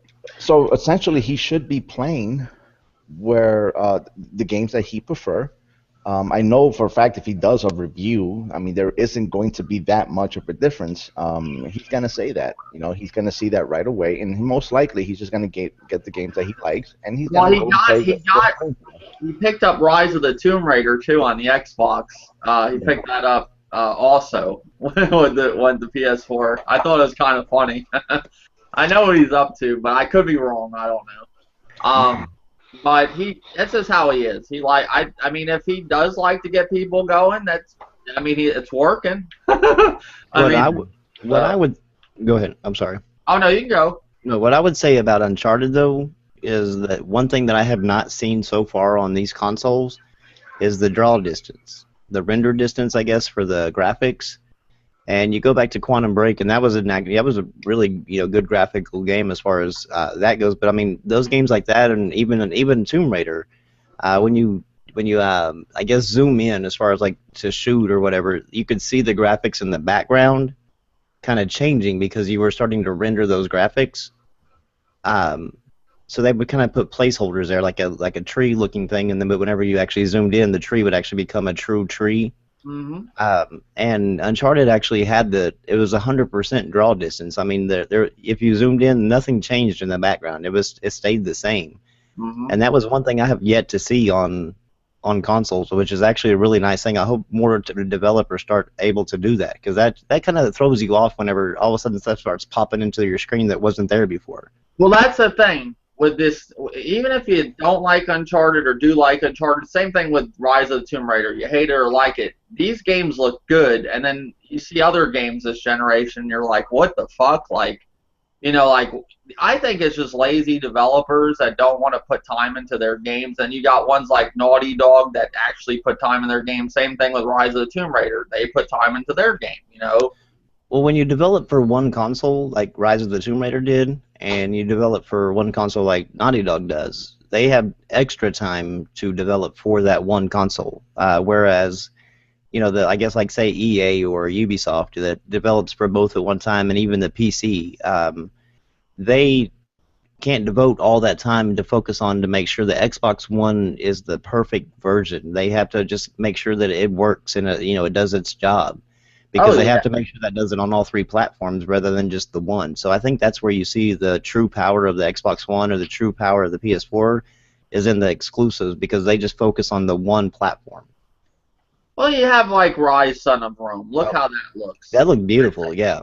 It's like that really shows, hey, the Xbox can do something if these developers want to do something with the Xbox. But I have to be real here. Come on. You look at fucking Gears of War 4, that looks, even my brother, he's not a YouTube person. We were talking about games the other day, and he used to game a lot, but he don't game too much because he's married and has kids now. But he plays he has the Xbox. He went out and bought the Xbox day one for $500. And he told me, he was talking to me, he's like, I said, did you play Gears of War 4? Because I liked the beta. I thought it was fun outside the graphics. He said to me, he goes, are they going to make that look any better? Or is that how it's going to look? You know, like, that looked bad. Like, I don't know. It didn't look terrible, but... No, like, you know what, Dave? When people say things look bad, I usually get on their case because when something looks bad, it's not bad. It just looks different. But in this case, I have to agree with you because when I played the beta, and you know how you zoom in to shoot and shit like that, it was well, the locust. I don't know if it's the color palette that they were using or the skin texture, but it looked like shit. Well, I think, from what I heard, they took a cut. They took a dip on it because people want the 60 frames per second. If they would have got that 30 frames, they could have had it looking a lot better. Like, I think the single player experience is going to look pretty damn good, and the multiplayer, because everybody has to have the 60 frames, it's going to look like that. Which they targeted 60 frames on that beta, but that beta, the way it even looked, didn't even hit. I mean, it hit 60 frames, but it didn't stay solid at a 60 frame. So that makes me even wonder: are they going to be able to have to go back and actually downgrade the graphics even more to hit the lock 60? But didn't Jay Century said some shit that was just alpha beta? That's what they said. That's what Gears developed, I guess, Coalition or whatever, they came out and said that was actually alpha footage that was being played as a beta. So, but I mean, from what my experience, every single beta we've played this generation looks exactly like the real game. So, but this was far enough ahead of the real game's release that maybe they have a chance to change it. I hope. Because if it looks like that, that was terrible as far as Gears. I like the Xbox One. I like games like Dead Rising 3. I think that looks good. Rise. I know the Xbox has the power to do good games. Oh, yeah. But I'm just saying, I have to come out, and I'm not, this ain't me being a fanboy, I promise you. I thought Gears of War was fun, but it looked graphically horrible. Like, it just like, how the fuck does the remaster look better than the Gears of War 4, even if it's a beta? That's true too. I mean, Jay Centuries could break it down because you know he fucking analyzes all that shit. But like the overall, when you just look at the map design, the color palette, the atmosphere, you know, the art direction, it looks okay. It looks different, but it looks okay. But there were certain moments where it really did look bad. Yeah, you can't. Really I mean, somebody, even if Jay was here to break it down, you're not going to convince me that game. When the remaster looks better than the new game, the Gears of War 4, it just don't make sense to me. Well, they said, they did say it was alpha footage, so I mean, there is still chance. I mean, there's plenty of months in between the beta and release for them to change everything. So Rambo, there was parts where the characters looked like they were made out of paper. Oh yeah, well I mean the walls. I mean the walls you were hiding behind, they look like just big blobs of mud rather than walls. It was kind of like, wow. I mean, what is this? I've never seen. I don't know. And people were actually bragging about this, actually like celebrating it, talking about how graphically great it looked. And I was like, how are you able to see this? Yeah. Because I couldn't see it. Now, was it fun? Yes, I had fun playing it. Well, I can't stand Gears multiplayer because I mean that's the first time I actually really played it, and it's just a shotgun fest. That's all it is, and I can't get with it. I just can't understand the draw to it. I don't know. I have my bad toothache. I'm sorry, guys. You're fine. My teeth have been fucking killing me lately. But yeah, I took care of that. But Gears of War, see, I got it when it first came out, the first Gears of War. I played it pretty hardcore. I was all into it, and me and my brother used to play a lot of private matches with a group of people. So maybe that's why I didn't experience this whole shotgun simulator. But I wasn't used to that, so I haven't played Gears of War really since the second one, a little bit of the second one. But the one thing I liked about the multiplayer of the beta, they weren't really running around with a shotgun. They were using different guns. Maybe they were trying other weapons. You got lucky. You got lucky because every time I died, it was always a shotgun. It was always a shotgun to the face every single time. I was like, man, this is not even fun because you can't really like even defend yourself against a shotgun when you're up close. Yeah, see, like the thing with Gears of War, Uncharted, Doom. I bought all them games, and I'm buying Gears for the single player. I mean, I'll play the multiplayers. Don't get me wrong, but my main thing about Uncharted, Doom, and gonna be Gears of War will be the single player experience. That's what I'm buying it for. I'll play the multiplayer to play with my friends, but I won't play it on my own because I suck at it. I'll freely admit that I don't understand like how people do the wall bouncing and all the I'm the same way. I haven't been able to figure it out. It's the controls. When I have to think about the controls, that's when those kind of games I suck at. Yeah, well, this ends up not being fun if I have to think that hard about controlling, the controls of the game. I want it to flow smoothly for me.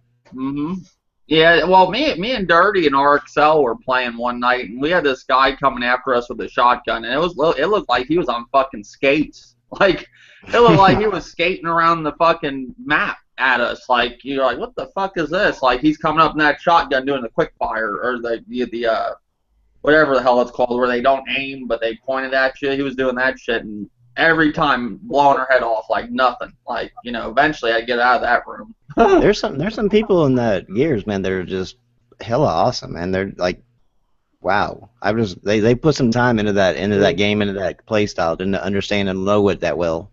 They mastered a shitty game mechanic. Yeah.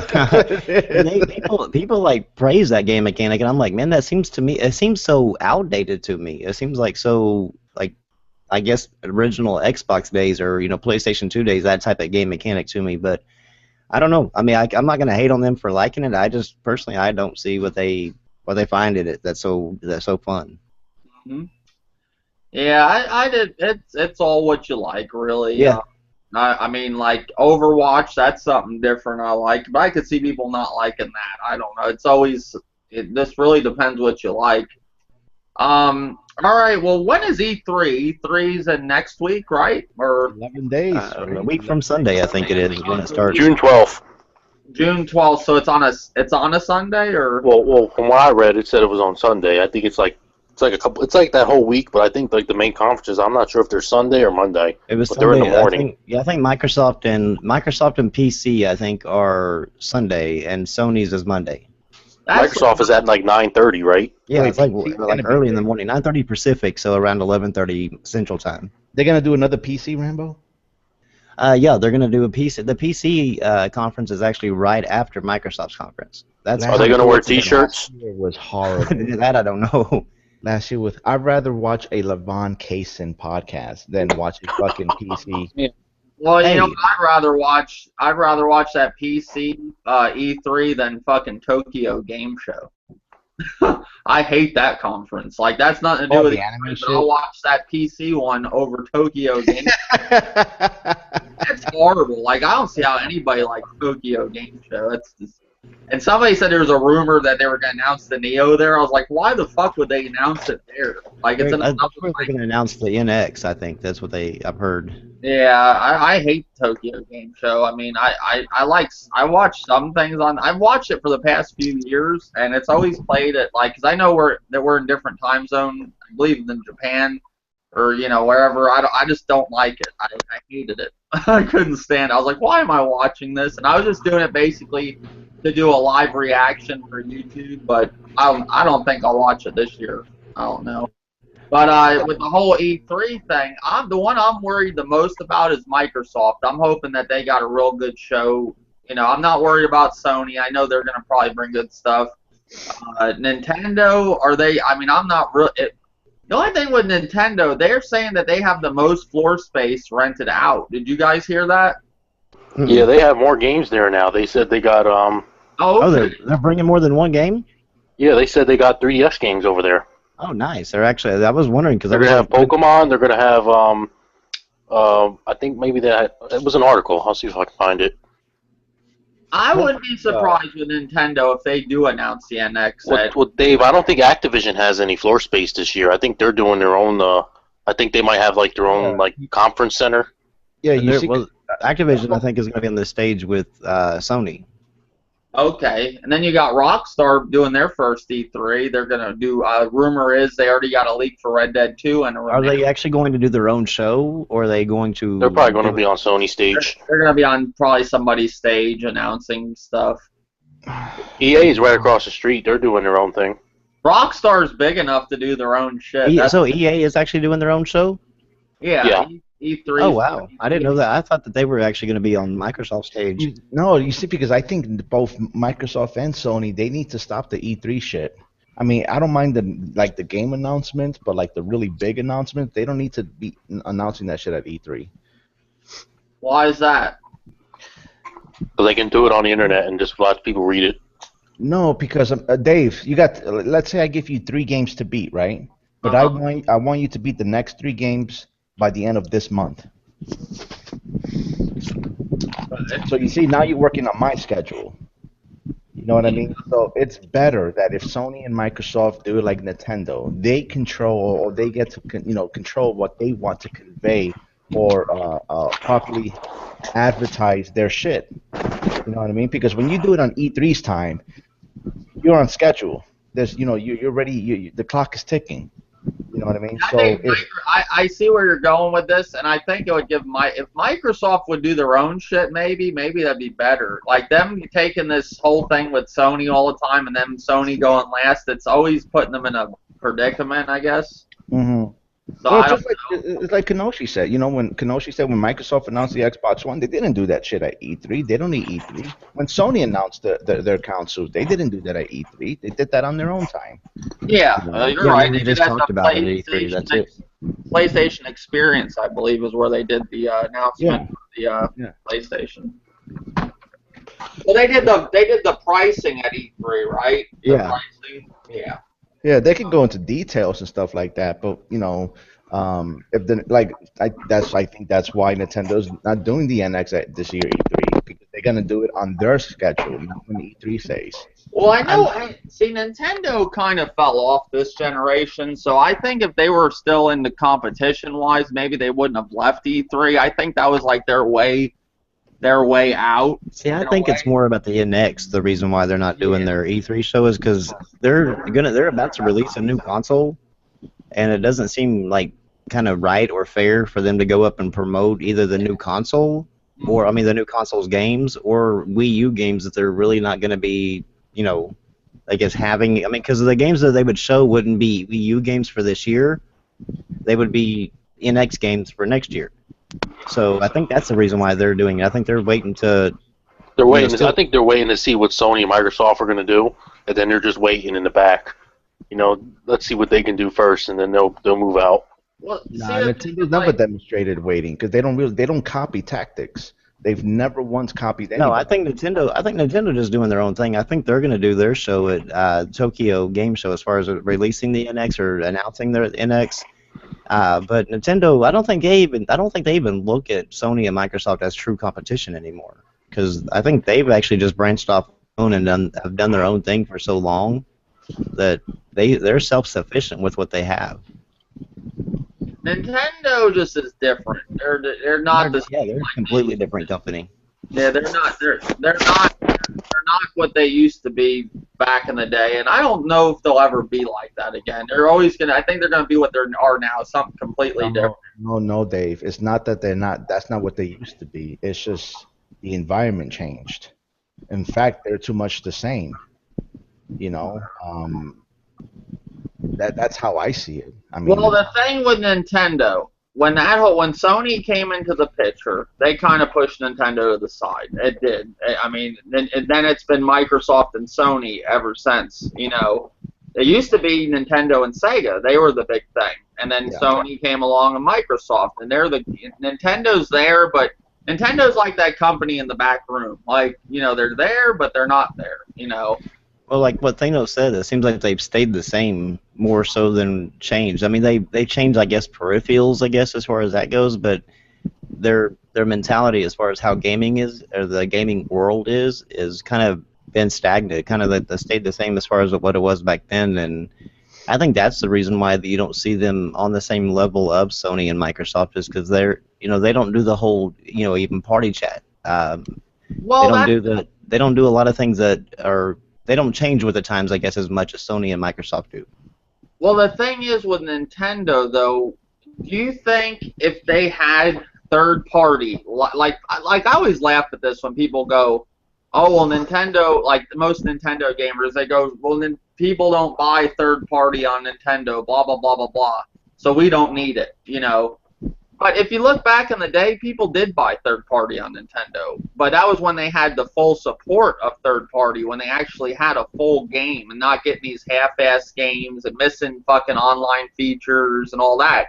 Well, the world was different back then, too. Yeah, no, I'm just saying, if Nintendo was with the NX to have, like, when a game drops, like, I don't know, for example, Overwatch, and they're getting the same treatment, same graphical, you know, something close, not so much of a downgrade. Do you think third party would do better? No, I don't. Nintendo doesn't.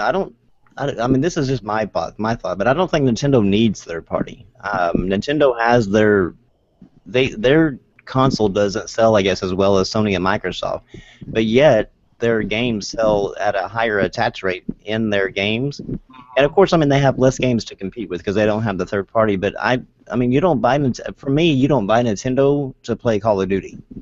You buy Nintendo to play Zelda. You buy Nintendo to play Mario, Donkey Kong. I mean, you play. Those are the games that I think of Nintendo with, not Call of Duty or Battlefield. But the problem with that, no, hold on 1 second, Dirty. You go right after me. The problem with that is people have that mind frame about Nintendo now that you buy it to get Mario. In my opinion, if they were to offer the same stuff and they got to figure out a way to get people over to their console. Offer something that, like, the other ones are offering of their own, like a Metroid, you know, but them doing the same thing that they're always doing, look at their install base, how the home console market, take the Wii out of the equation. It's getting smaller every generation till they have to be around. True, but I mean, they would have to quit parenting at that point in order to allow Call of Duty and all those things on there, because Nintendo likes to parent the kids that are playing by not allowing party chat, not allowing Twitch streaming. Instead of allowing the parent to be the parent, they like to do it. So they would have to change a lot of ways that they believe and think in order to even get third party on their console, I think. But like the whole thing with their install base getting smaller and smaller, what's going to happen when it does get to their handheld? Their handheld is like king top dog. I mean, it's actually going, I think, close to being better than almost mobile, like just mobile, like a certain single mobile device as far as like Apple itself. The cell phone and tablet market? No, I'm not saying the whole market. No, not by any means. But I'm just saying if you look at their 3DS, I think it might be outdoing like certain, like just a single brand of, like say Samsung. It might be able to outdo like that as far, because I mean they make a lot of and support that handheld so much. I think that would keep them afloat. Oh, I agree too. I agree, but I'm just saying their home console market, I think third party, if it was treated right, like I'm not talking how they're doing it when Splinter Cell's missing a feature or this game's missing. I think nobody's going to buy a game in the right mind when a game's missing features from the other one, and then it's on a lower graphical level and not even on the same level of the other games. But Dirty, what were you saying? No, the whole thing where I don't get where people always say that, Nintendo doesn't need third party. Now, it's true Nintendo has a lot of classic, first party games, but at the end of the day, when Nintendo launched here in the US, there was third party, and we brought a lot of third party games. We brought a lot of third party on the Super NES, the 64, the GameCube, all these consoles. Killer Instinct, Street Fighter, Final Fantasy, third party. 3. So when I never get it when people say, well, Nintendo doesn't really need third party. They can handle it on their own with their first party. No, they can't, because they can't give you game after game. You have a big gap in between each game. Okay, you got a point. You got a point there on that. Right, well, who wants to wait that long? That's just like saying, well, Microsoft and Sony they don't really need first-party games because we buy majority third-party games on their consoles. So they really don't need to make Uncharted anymore. They need to just stop making first-party games because third-party is where it's at on those two consoles. Yeah, you have a point there. I didn't even think about it, as far as the reverse goes. I think I look at Nintendo because of their parenting aspect, as far as like being the parent for the parent.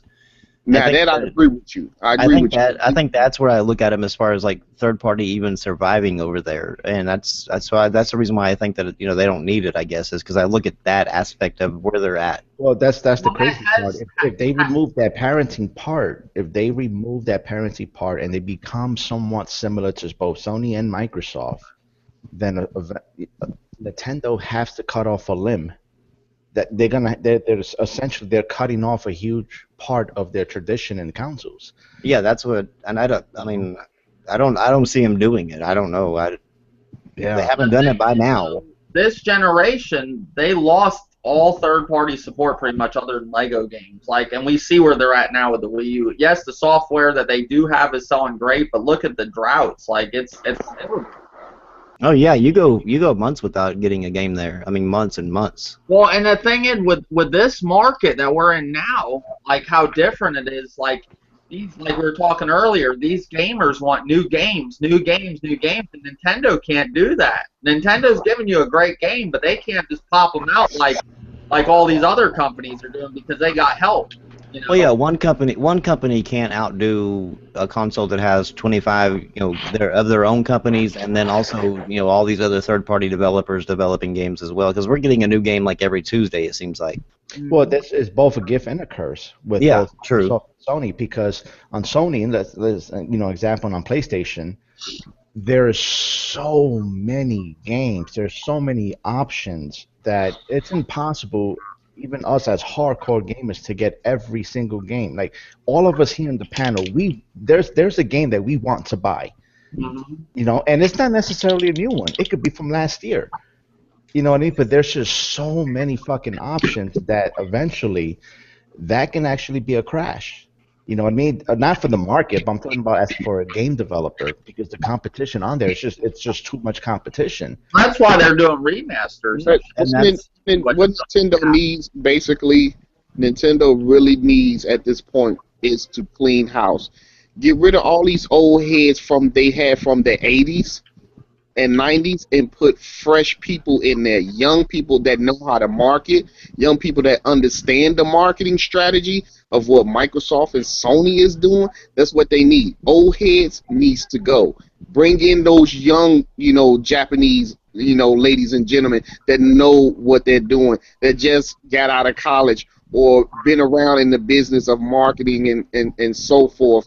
So the NX the NX can, launch properly and Nintendo can go forward and it will get more fans. They're doing that to an extent, 30, because after June 29th, Reggie has 1 year, the Reggie from the US and then the other guy in the UK, they have 1 year to perform. If they can't perform, if they can't do what they need to do, they're both gone. Hey, there you go. They're going to be evaluated. Yeah, every year they're going to be evaluated. I mean, now that I'm actually listening to your points on that, I mean, without them actually changing the way of changing their heads or whatever like that, instead of just letting them have sort of tenure on there, they're just going to end up sinking themselves because they have to. It was essentially a WADA, Rambo. It was a WADA. Oh yeah, WADA was one that was definitely not for any of this online or even third party at all. They wanted to be a complete self-sufficient thing, and they just can't do it. Yeah. Yeah, look at Miyamoto. Miyamoto, he had say so on the power of the Wii and the Wii U. You know what I'm saying? He had control over the control schemes and everything. But now this generation that Nintendo's bringing out this NX, he had no say so in what he had. They told him, "Hey, go sit in the corner. We doing this," which is good. I can't wait. I actually can't wait to see what they bring out. I think this is going to be, it's going to seal their fate though, if it's good or bad. They can't. I don't think they could have another bad console like the Wii U. I mean, I don't think they could do it because I think it would totally ruin their name in the home console market. I mean, they got to come out with something that's going to appeal to people. I think. Yeah, they do. They got to do something right. This has been. I will agree. One of my buddies, Zale, he does Smash Brothers tournaments. Real good. He's the one that got me doing YouTube. And you know, he said it was the marketing that was real bad with the Wii U. You had people, you know, they didn't know what the Wii U gamepad was. They thought it was an extra peripheral to the Wii. And the problem with their advertising is Nintendo don't like to spend money. They don't like that costs money advertising. They don't like to. They're very cheap, Nintendo.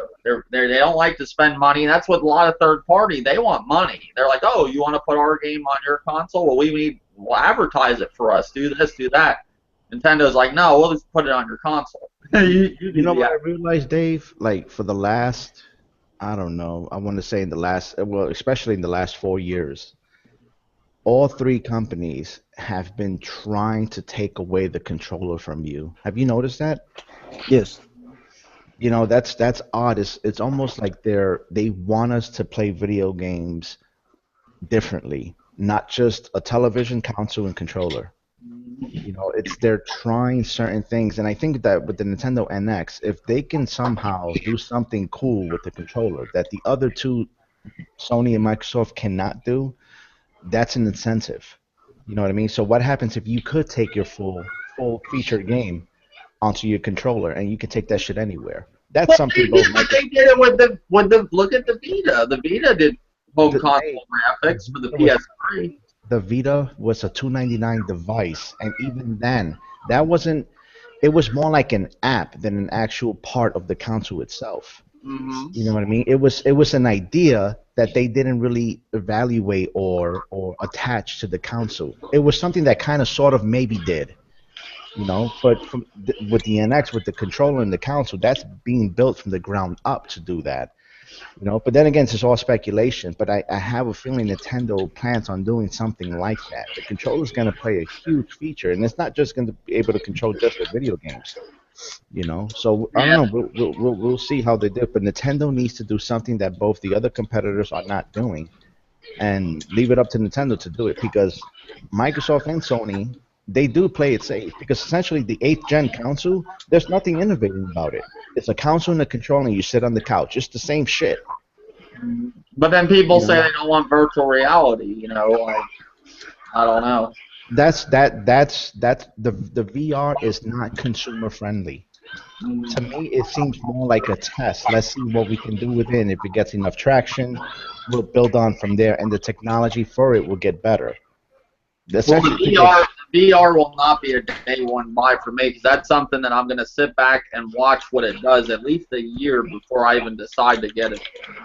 Well, yeah, because they're talking about VR, right? But these motherfuckers can't name you one VR game that you must get. Not one, because there isn't one.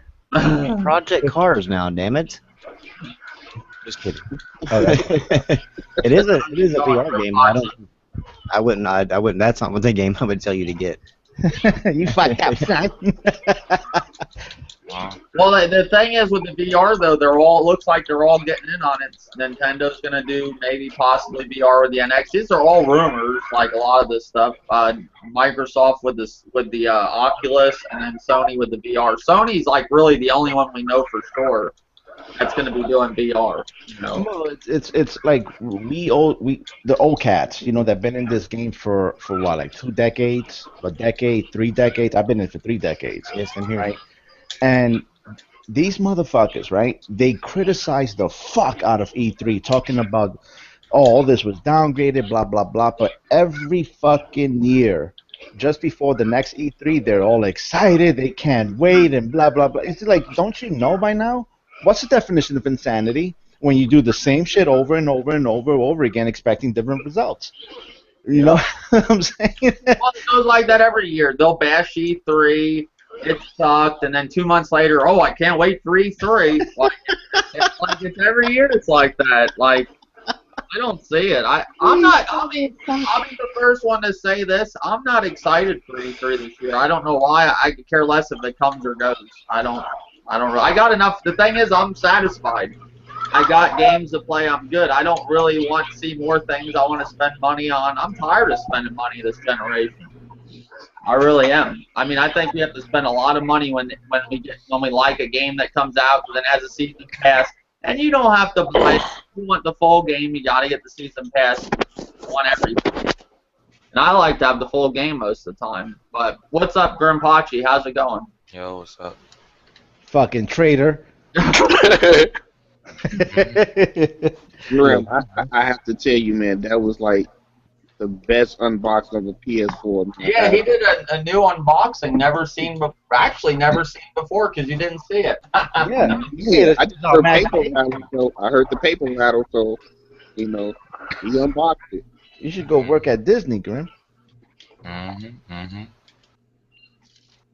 So give us a scoop. What's going on? Yeah. Well, what, the PlayStation? Did it blow up? Well, let's just. I'm playing my GameCube right now, so. Oh. Shit. Now I was telling them earlier. I was hoping you'd get in here. We were talking about Uncharted and Tomb Raider and all that. And I told them that. Now, am I saying this wrong? I might have said this wrong. You said Super Mario 3D World is better looking graphically, in your opinion, than Uncharted 4, right? Yep.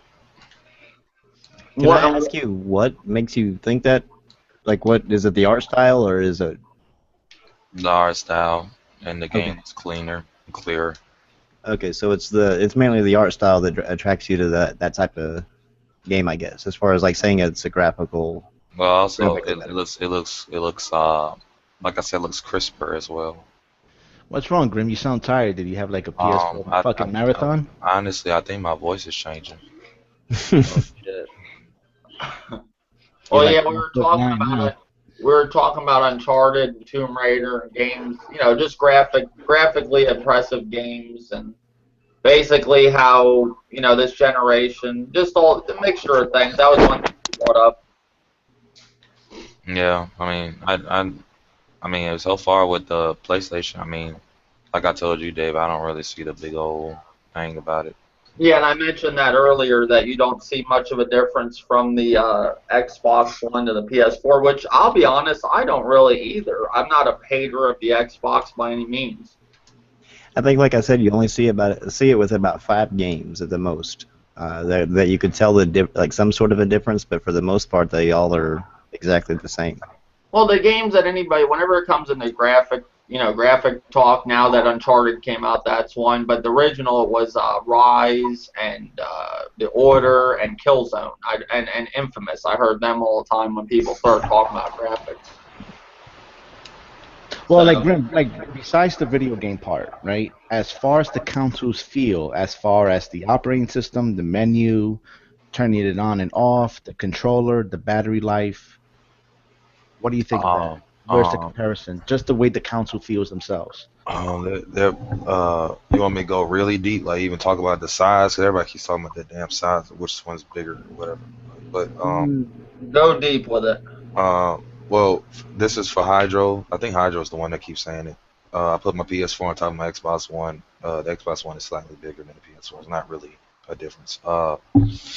We talking about like the menu speed and stuff. The PS4 menu is simpler, but it's not like the Xbox One's is not complicated either. The Xbox One's menu system just has more stuff going on.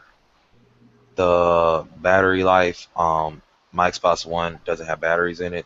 The controller is plugged in, so I can't really speak on which one has a better battery life. Yeah. But my PS4 controller was dead after 4 hours of play. I don't know if that's good or bad, so can't really. I just keep it on the charger. I just play with it on the charger. I don't take it off. Downloading, when you put a disc in and it installs, doesn't install faster than the Xbox One. The thing that no one told me is that 9 times out of 10, at least with the 2 games I did it, which is Uncharted 4 and in the collection, it installed quicker, but when you press start, the game wasn't ready to play yet. Well, the Xbox One does the same damn thing, so I don't know why anyone keeps. Maybe it's just those games. I don't know. But the download speeds of digital content, whether it be updates, whether it be games, it downloads just as fast as the Xbox One. The Xbox One downloads just as it downloads normally. It's not special. It downloads just as fast as anything else in my house downloads. So is PS4. So I don't really see the big difference there. Really, they're the same device. The games are probably the only thing that's gonna make them different. The minute things like the system's UIs, I mean, that's just by design choice. The only thing about the PS4 UI I don't like is that you can't rearrange those squares on your menu. And the only thing about the Xbox One I really don't like, even though I kind of got used to it by now, but I still don't like it, is that double tapping the guide button shit sometimes we have to retard it. Like, sometimes I double tap, it works. Sometimes it just brings me out of the game. So if I had to complain about anything, those are the only things to complain about. It ain't really nothing. So What do you think of the touchpad on the controller? Is it something that is absolutely necessary? Like you can't live without that feature, or it's it just hasn't done anything. It doesn't do. I don't, oh, I'll tell you one thing about the PS4 controller that I find very awkward is this option and share button. They're like in weird, like I always want to touch the touchpad because it's where a traditional start and Yep. select button would be, whereas these are kind of like off to the side ish. But Yeah. that's not a problem either. It's just something I get used to over time. So I think what happens is that the smallest things with these consoles, even though I just said that those were cons, I'm only saying they're cons because I have nothing really to tell you. You know what I'm saying? Because there's really nothing wrong with either one of them. And what happens is, I think a lot of people take those small things and blow them up to a big proportion, and it's really not a problem. It's not a problem with people that have to worry about other things. That's actually a problem in their life. Let's just say that. I just Now the thing, most hold on thing. I just want to ask them one question before I forget. Most of the things I can agree with Grim because it's opinion based, but now you said that the install times are the same. If you're talking, no, I said when you install a PS4 game, right? When I put Uncharted 4 in, it install off the disc really quick. But when I press the button to play the game, because I'm thinking it's done, it's not done. It's still installing. It just says it's done. Xbox One does the same thing. It says ready to start. When you press the game, yeah, you can go in the menu system. I can't, I can't play the game really. I can just look at the main menu.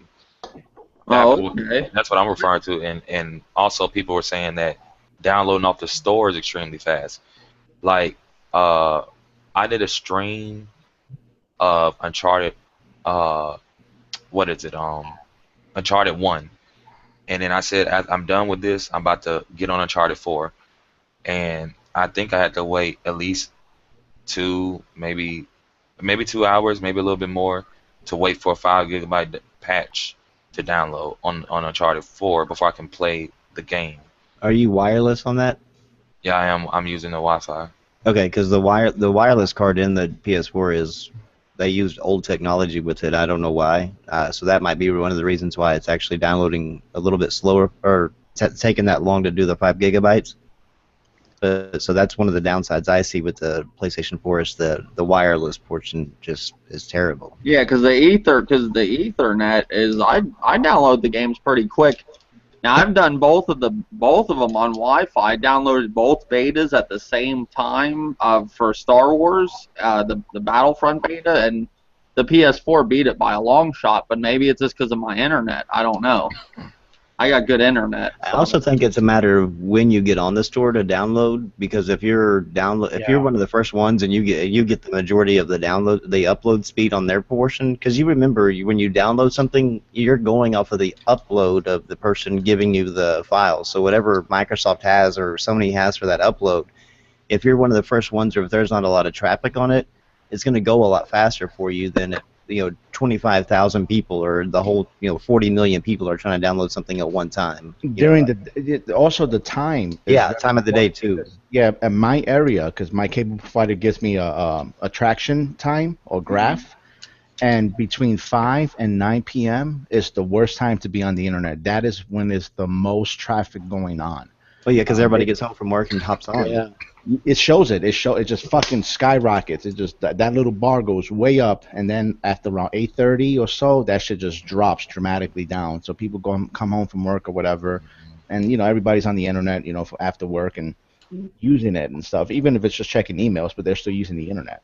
It's still considered to be traffic. Your provider sounds like mine because mine does that too. Sends me that to let me know when the best time to download a big file or whatever it is. Yeah, I got Mediacom. I don't know if you got Mediacom. No, I have Cox Communications. Cox? Yeah, it's the weirdest thing. I actually used to work for them, and it was a kind of a funny story. I was installing, I used to install and do the troubleshooting for the internet and stuff. Mm-hmm. And I'm in this lady's house, and installing, hooking it up, and running her through how to do it. And the whole time, and she's not using like Cox Communications. The whole time that she's sitting there, she's like, "I just love Cox, man. Cox is I can't live without Cox." And I was like, "Well, please just stop saying Cox." I know what you're talking about, but it sure does sound like that. Something is wrong, and your husband's home. So were you wearing like just a short and bow tie when you went to go make that? No. No, it just they used a really odd name, I think. Yeah. One thing I do want to go back to the controller of the PS4 that I don't like lately, that I'm noticing, that I do want to say about this, because I've been meaning to mention this in a video. I play a lot of UFC, and you got to use the right analog stick for when you get put in a submission, and both of my analog sticks are looser now. Yeah, that's just wear and tear. Even the new one. But I think you're going to see that even on the Xbox One. Is if you use it a lot, you're going to see. Yeah, it kind of sucks because it puts me at a disadvantage sometimes because it has to click over. It's hard to explain, but it kind of like, I'll say one thing. I've had buttons fall off these controllers and everything, especially the R1 on both controllers. And then this, I had to get these things because my thing was peeling, Yeah. I'm just waiting to see what, with VR, because I think that's where the touchpad is actually supposed to be used for. Mm-hmm. So I can't wait to actually see what the touchpad is actually going to do, because I know with the playroom, and you can like throw the little guys out, into your room and stuff, that you can use the touchpad for that. So I'm just kind of waiting to see what the true meaning of this whole light bar and touchpad thing is actually supposed to be. Yeah, Grim, did you ever figure out your model number? Mm-hmm. It's I think it's like a 12,000 something. Oh, so then you got the latest. Okay, because you got the better one then. Yeah, because I've owned 4 Xboxes or Xbox Ones, right? I've owned 4.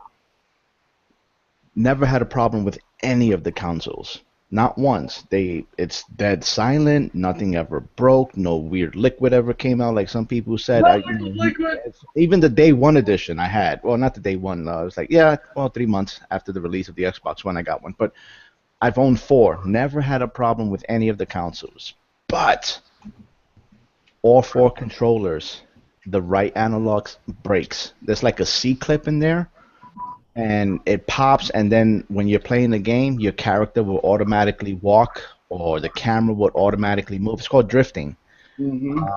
And for some reason, they've never fixed that problem. So what I have to do is I have to swap the inner guts. I have to go buy a new controller, come home, swap out the guts, go back to the store and be like, I don't want this shit.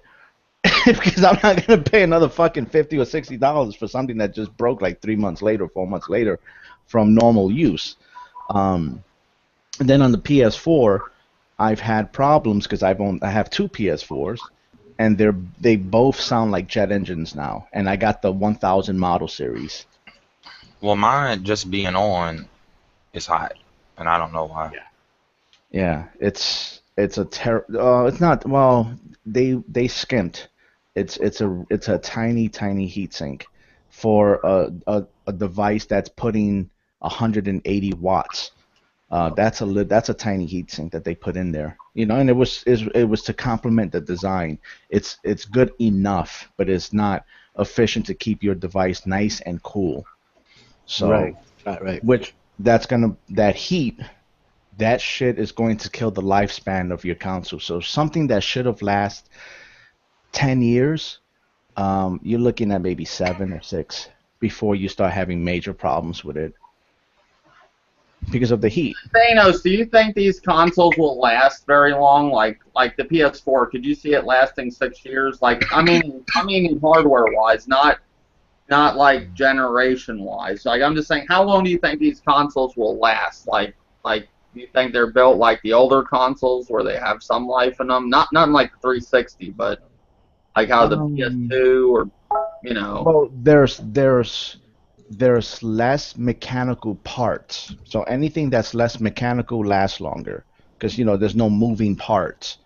As far as the chip, it depends on the quality of the APU, which is AMD, which they last fairly fucking long enough. But because I have my PlayStation for over 2.5 years now. And it's coming to the point where it is burning the fuck up. I cannot see it lasting much longer before I start getting artifacts on my monitor. And it's going to happen. How's it going, Nate? I'm all right. Can I just ask one favor? I do have a wife that's in the other room. Can we not cuss, please? Thank you. Yeah, that's cool. Just please. I just wanted to join. I was like in the mood for a podcast. I was like, hey, what's up? Who's all here? Well, you got Thanos, you got what's up, Key? Old Dirty 33. Rambo, I don't know you. Thanos, I don't know you. I apologize. Frozen, I don't know you. But what's up? Oh, you will. You will, sir. But,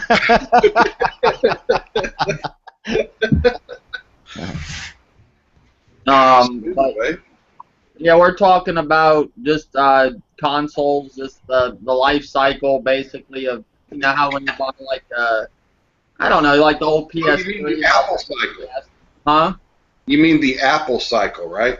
No, just basically, how long do you think when you buy a PS4 day one will it last, like mechanical wise, like the life, like not the actual generation, but will you get 6 years out of these consoles or 7 or I'm saying like will they hold up?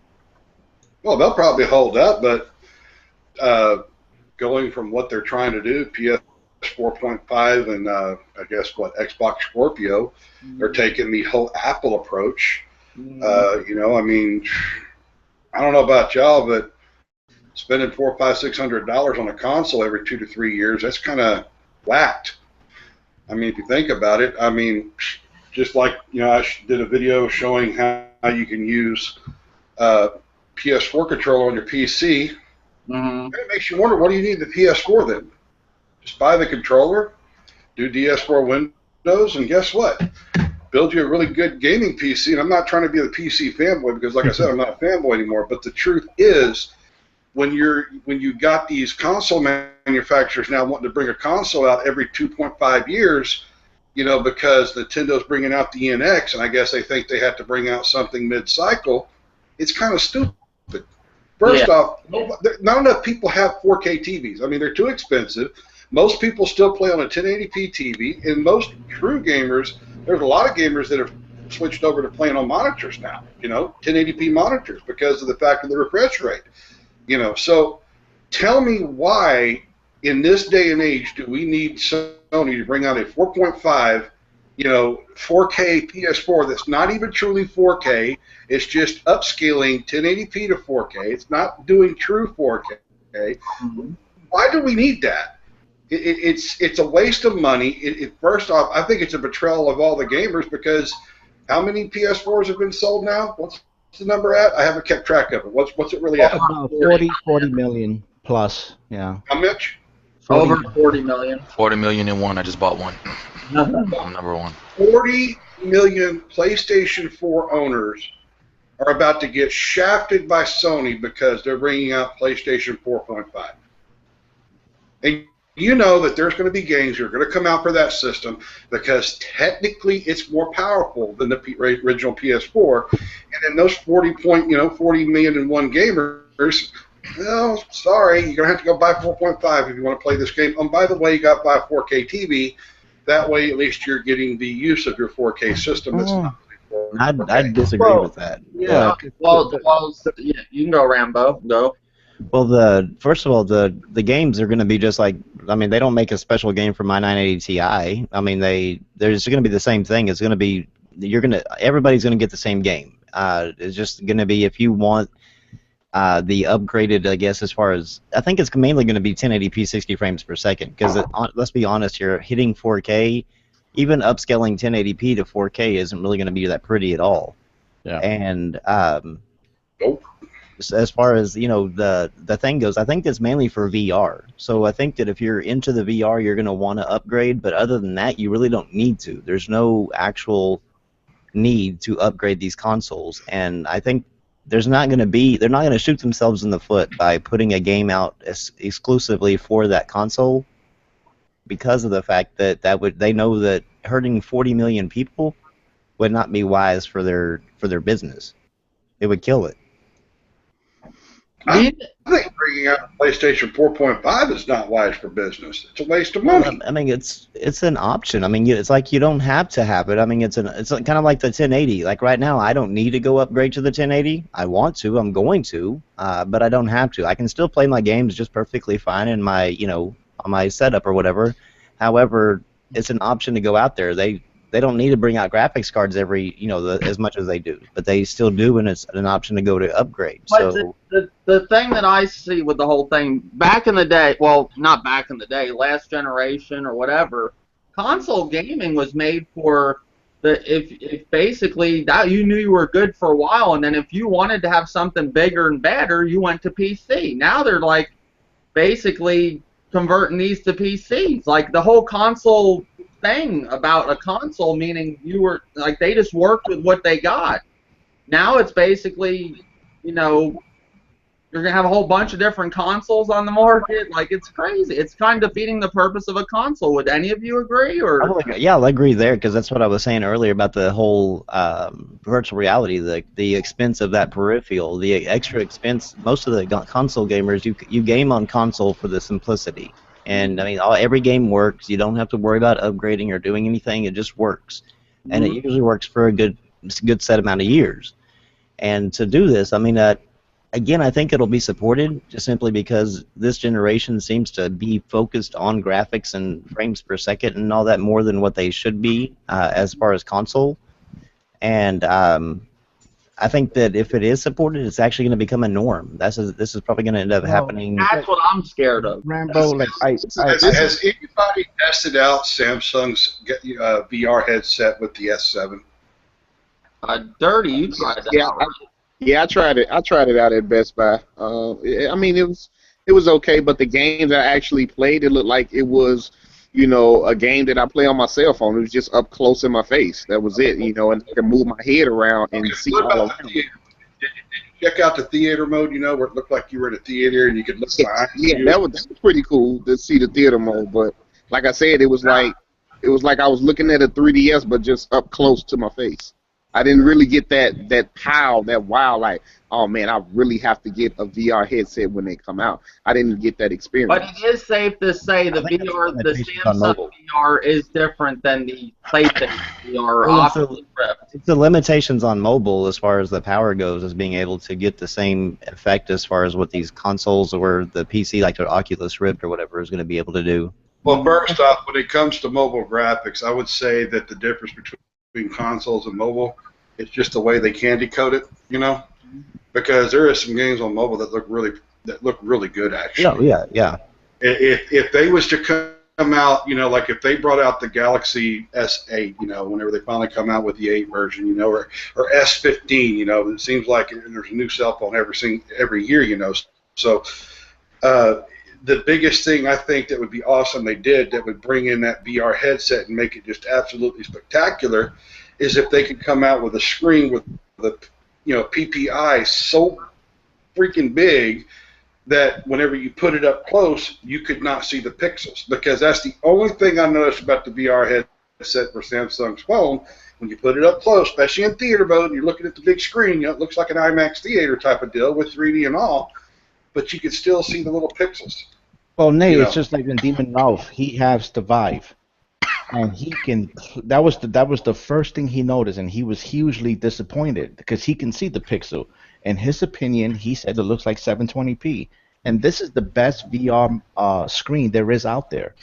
So people who think that the PlayStation VR is going to be superior or just as good. Oh, God, They're no. fucking kidding themselves. I mean, And this is the part like where people say, "Oh, just get the PlayStation VR." In order to, you're telling me that I'm gonna have to drop over $800 to experience something that's kind of sort of maybe okay? I mean, That's like how much it's. Ralph. This Are the you thing. talking about system and headset, or is that literally how much? Well, the PlayStation Neo is going to be $399. Okay. The virtual reality VR, PlayStation VR, is $399 also.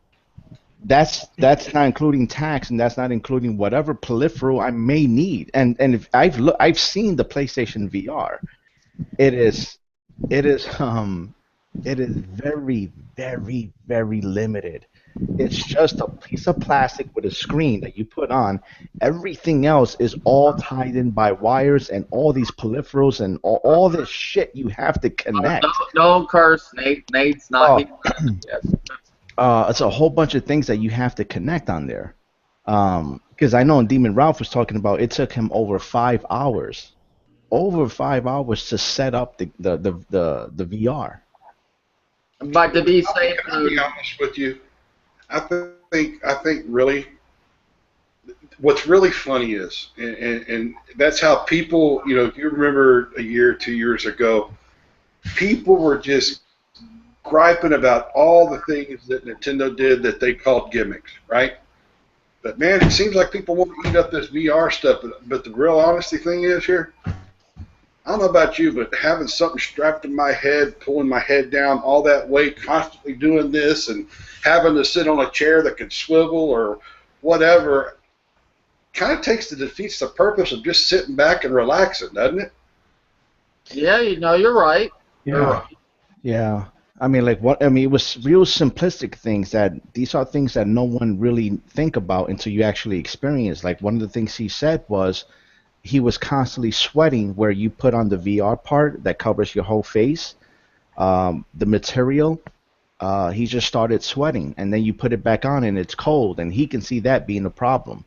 Because like I do the same thing with my shades or my glasses. When you get sweaty or whatever, you wipe it off, but it's just minor things like that, and then hooking up all that just to play a game. I'll tell you the one thing that none of these companies are telling you that they are to be safe.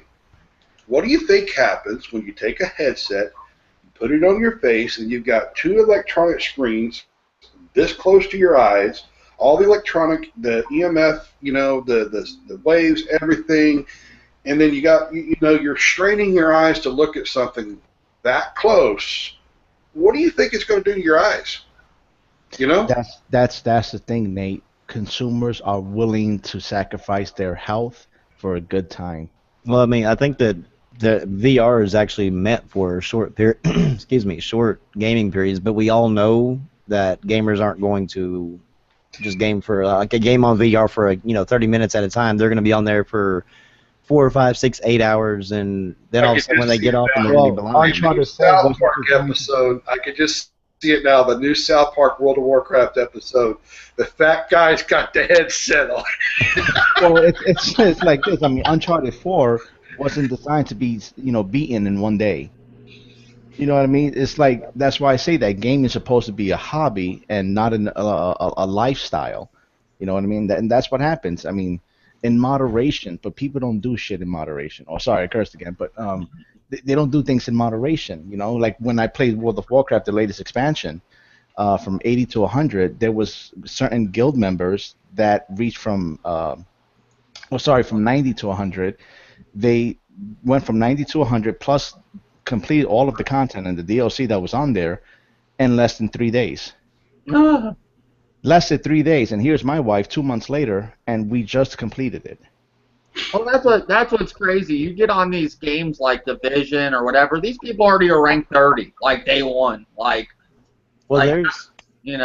There was one guy I think that did I guess now he has a excuse me, my voice. He has the virtual reality Guinness Book of World Records. He spent 25 or 35 solid hours with the VR in a VR game. So wow. I mean that's going to happen, and that person's eyes are going to fail like completely way too early. I look at VR like the 3DS 3D. You're going to use it and then you're gonna turn it off. Yep. And you're never gonna use it again. And then one day you're gonna be like, oh, I remember this cool thing. And you're gonna plug it in, turn it off, and realize, oh, You know, that's why I don't use this thing anymore. they just released Minecraft for the VR headset from Samsung. You know, they finally made it where it's compatible. But I'll be honest with you, I would rather play Minecraft on a 3DS and turn on the 3D on a 3DS.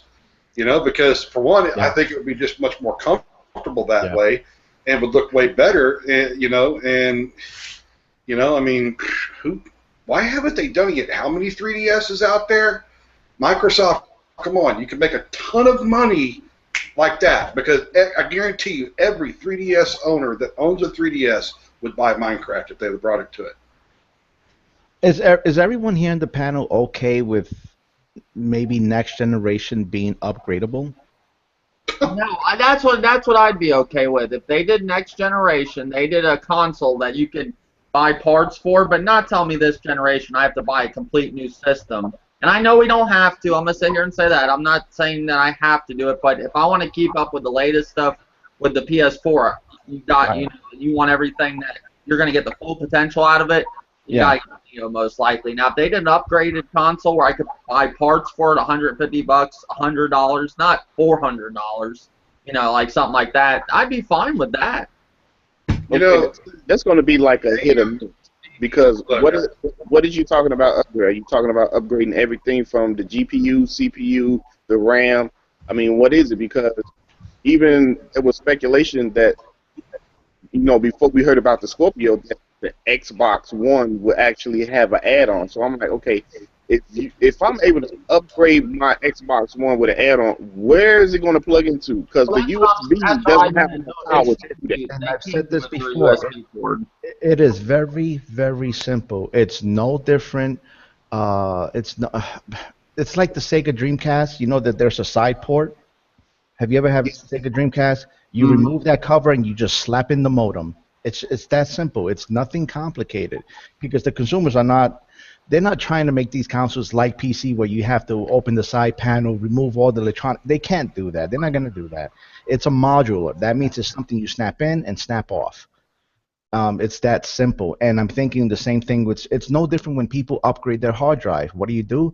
You buy a hard drive and you connect a USB. Boom, you just plug it into the Xbox, and there you go. You just upgraded your hard drive. It's very simplistic. So if it ends up being that simplistic, would it still be a problem for anyone here? I don't think it. Can I chew in on this? Yeah. Can I just be honest? First off, AMD just showed their new card, the 480. Probably going to be over 5.9, probably in the 6, teraflop range of compute power, and it's only going to be a whopping $199.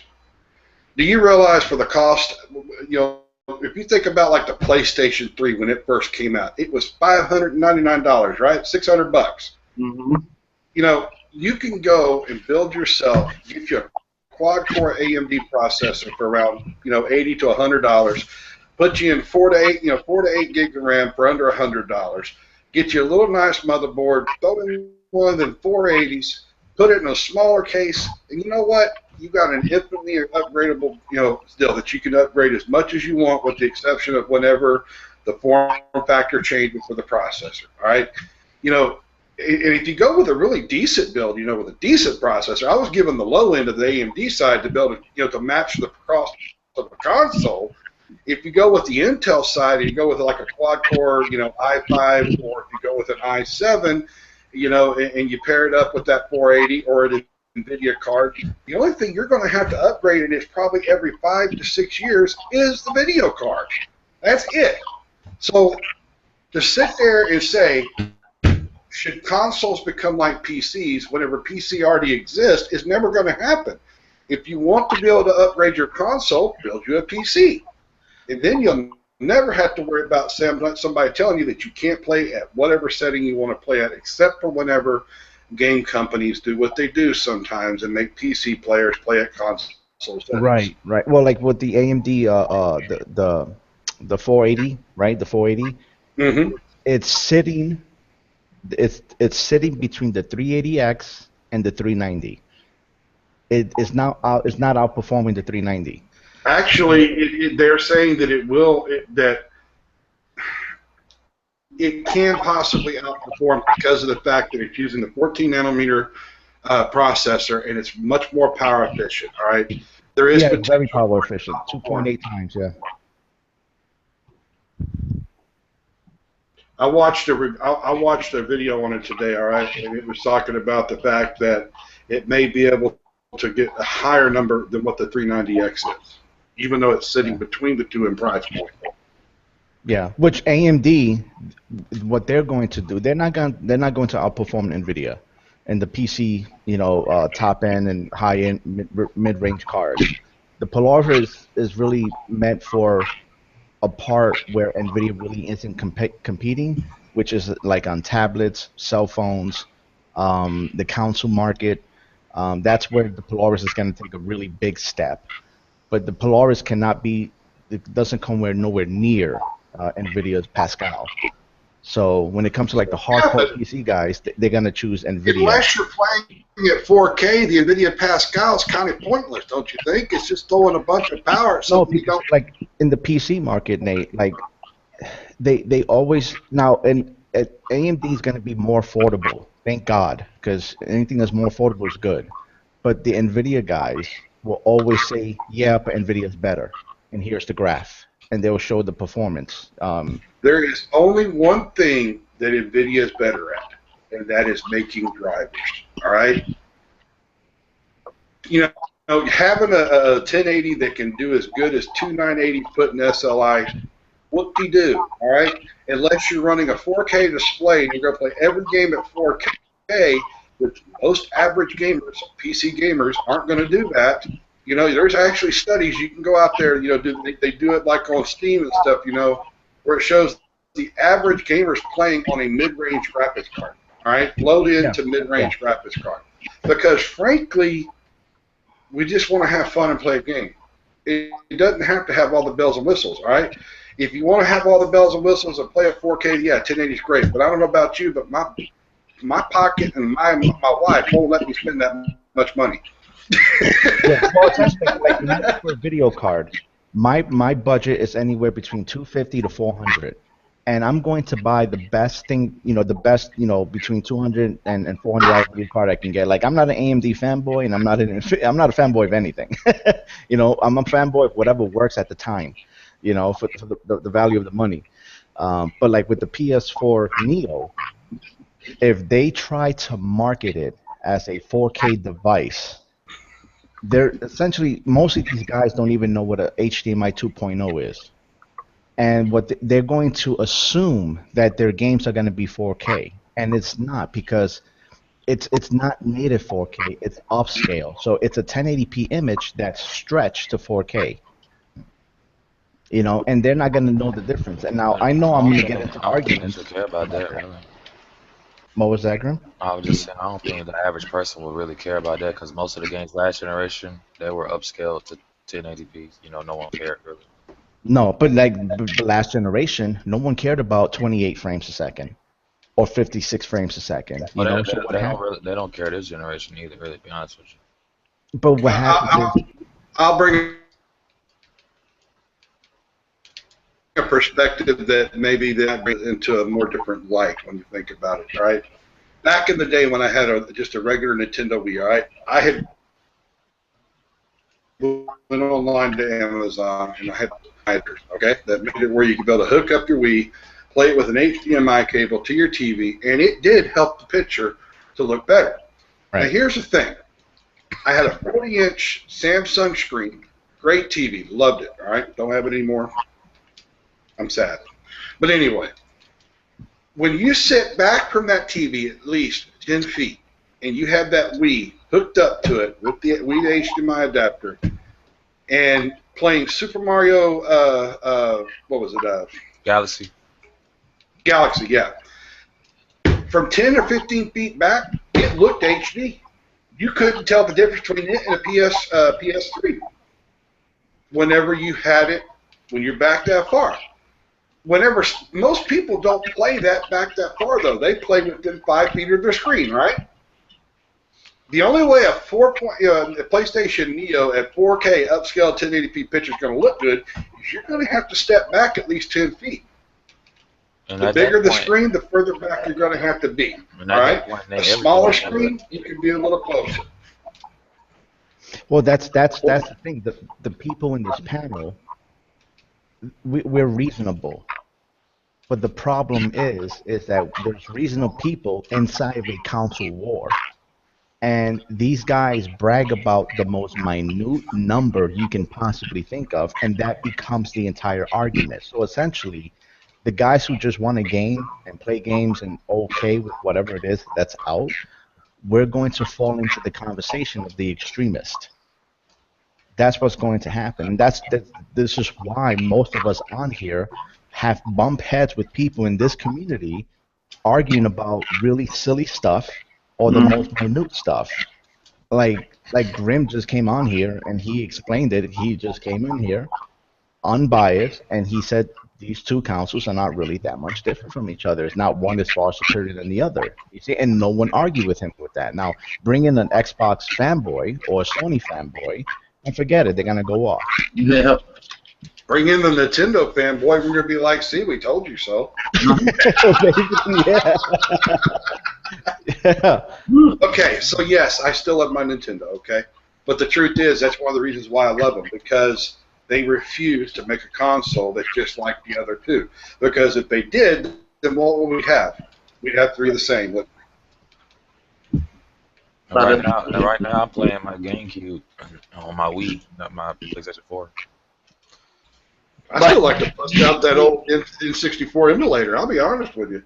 Well, isn't it crazy that we own 8th gen consoles? Well, not we, but I've seen it I've seen it enough where I'm starting to get this vibe that people have an 8th gen console, yet they're asking for games that were built in the 90s, and that's just odd to me. You know what I mean? The 90s was the best. You know what I think, and I say this in every podcast, and I say it more towards Nintendo, because I know Nintendo can actually do it if they really want to. Those games I remember in the 90s from like the N64, the GameCube, the Dreamcast, those games were awesome. And it's like now we're getting like the same game with just a different painting on it. You know what I'm saying? Yes. We always getting this game that seems like it's Call of Duty run and gun. Those games like Rave Race, you know what I'm saying? Like Turok, like bring those games back. You know what I'm saying? Bring back Beautiful Joe. Those games were awesome back in the day, and we don't have them, and I don't understand why. It's like Rambo still is he still in here? Who was that? Rambo? He left? Yeah, he's still in here. Yeah, Rambo.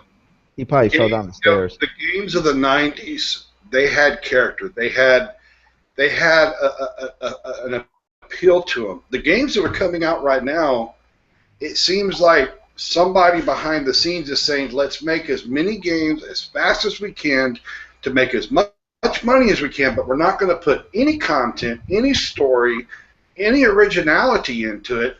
We're just going to make games to make quick bucks. Case in point, EA in their Frostbite engine, and we had Battlefield 3, Battlefield 4, Battlefield Star Wars, Battlefield Star Wars. You know.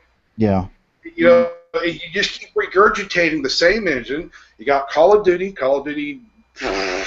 You know, which I'm actually happy about the new Call of Duty because I've always wanted Call of Duty to go to space. It's going to be great to see it in space finally. But it's just like.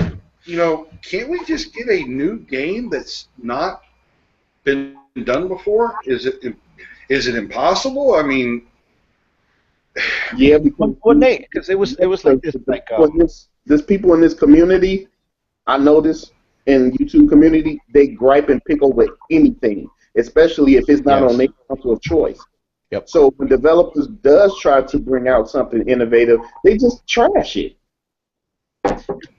Well, Rambo explained it like 2 nights ago really well to me, and it brought like a whole new perspective to me. Now, left. Okay, Uncharted 4. Did anybody play the Crash little game that was on there? Yeah. Did it feel like the same crash of the 90s in 2016? Mm, Yeah, it still had those stiff controls and everything to it. Oh, Hey, kind yeah. it, Did it feel? Did it feel like it did back in the 90s though when you first played it? no, You not see, really. and that's what I'm talking about. I think people are in love of what was once was. You know what I mean? Like it at one time it once great, and I think they're in love with the past, not the actual game itself, because back then it was a different era. You know what I Yep. mean? So when people come and ask for these remasters or these older games to come back, they don't feel the same because it's 2016, not 1996. You know what I yeah, mean? And so, I mean, yeah, you got to think about it. Okay, some of my favorite games, man, is like from the GameCube, and I would love to see, Capcom come back with a true Resident Evil game, not this run and gun we having where we running in the streets, right. having cars thrown at us, we trying to kill this big giant. No, I want a survival horror. That's what I want. But it seems like us as gamers, we don't speak out on stuff that's important. We speak out on nonsense. You know what I'm saying? On who got better teraflops and all this crap. You know what I'm saying? I want games. You know what I'm saying? I want them games we had. Two generations ago that was good, and it'll still be good to this day. You Hmm. know what I'm saying? Especially with the technology that these consoles are pushing out, but nobody Um, wants to play these games. It's like if these games don't have gray, brown, and black, nobody wants to play it. but you just like damn, you just made me realize that that's to show how much and how powerful or influence Call of Duty had or has. You know what I mean? Like it's Call of Duty affected. It's a game changer. It changed the way games were developed for the next what 10 years. Yep. And it seems like what happens is when these guys start developing games, they're not necessarily copying Call of Duty, but they are inspired by it. You know what I mean? Or they're trying to borrow a formula that they know works, so they know that they know it works because it's sold so many, and people buy this game every year by the millions. You know what I mean? So, wow, Call of Duty really changed the game industry a lot. I can give you that. Yeah. You know what I mean? Because look what it did to Resident Evil. What's the name of the new Resident Evil that's coming out? Umbrella Corp. Yeah. You know what I mean? What does that remind you of? Does that look like a real Resident Evil game to you? No. No, it don't. It looks more like a Call of Duty in Resident Evil style than it Yep. does anything else. You know what I mean? So it's just weird how that works, and people are looking forward to it. You know what I mean? It's like, and that's Well, the it's thing. Like, only $29. You know that, right?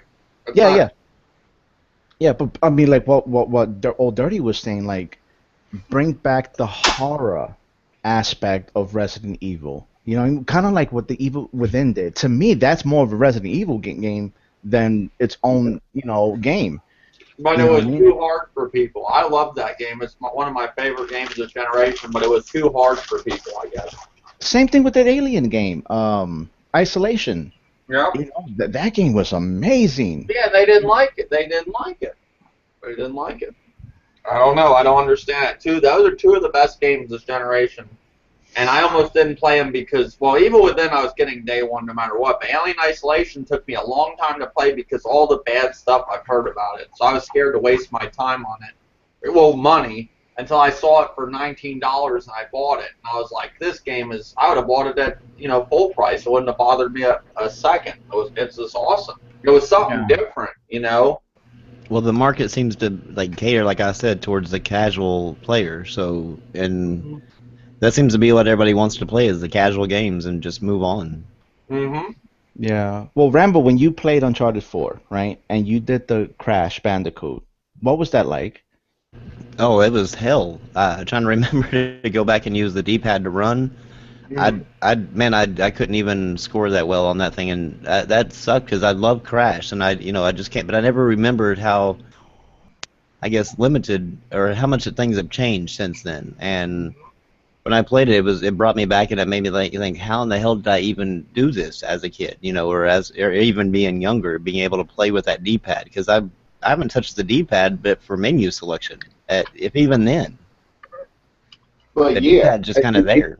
it was like when I played it, you could feel the age of the game. You know what I'm saying? But when we was younger, we dealt with it. But what I'm saying is, bring a game like Crash back, but it's going to be in this generation. You know what I'm saying? The controls is going to be much better, much tighter, graphics, blah, blah, blah, going down the line. That's what I'm saying. Bring the game back, because you do have an audience for it. See, the people don't understand, though, a lot of those older games, like Manhunt I played recently, the controls to that are awful. They're bad. Right. The controls back then was awful.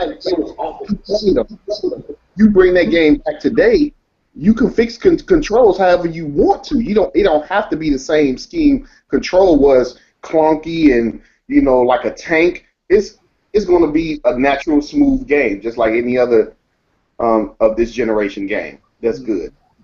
That's what I'm thinking. Crash, I'd like to see a new Crash, but I don't know if it'd do good with these gamers. Like, I don't know if you think Crash Bandicoot would sell.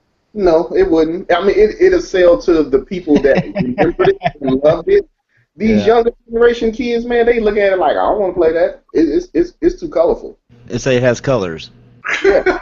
Well, and that's the thing, though, Dirty. When these guys make games, it needs to be profitable, and that's the thing. I think we're going to miss out on phenomenal games. Like, to me, the Order 1886 has the potential to be a Gears of War killer. Mm-hmm. It's just under the circumstances, being that it was short, it wasn't fully developed, it didn't have multiplayer. There was so many missing.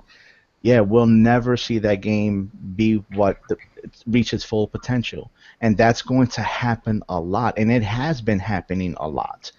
Because I remember when these developers started announcing remakes, remasters of games, people were shocked because this was a new formula. This was something new to digest, and people didn't like it. Everywhere I went, people were talking negative about remasters and HDs this and HDs that. Now people have accepted it, no different than they accepted DLC. Because I remember when I first heard DLC, I was playing Rainbow Six on Xbox Connect or Xbox Kai, and people were like, "What? They're taking stuff out of the game. How could that be fair? And they're gonna make us pay more and blah blah blah blah."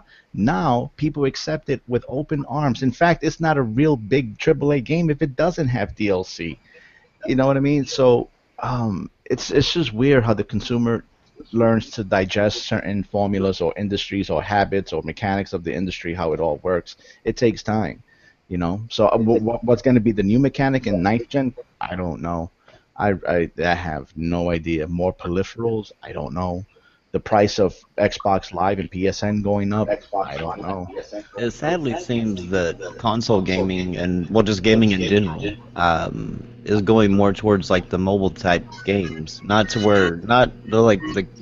much as far as like the microtransactions, but just the games that are you play for the fun and casual, and then you just kind of move on. You don't really remember them or whatever. Yeah. It seems like that's where the mobile market is kind of like, I guess, setting a trend for games being made today. So is this what we expect from Nintendo NX then? Do we expect these business practices being practiced on their console, on the NX? What? PlayStation 4 and Xbox One style practices? Let's say this. Let's say that the NX, Nintendo's going to announce a service, and it's going to be $49.99 a year. No different than Xbox Live or PSN Network.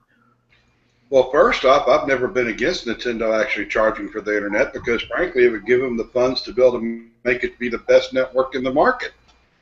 All right. Secondly, the only thing I don't want them to do is to pay game studios to put games in their system, because that's what's got it to where it's at today. The whole subsidized, Sony and Microsoft subsidize the game companies.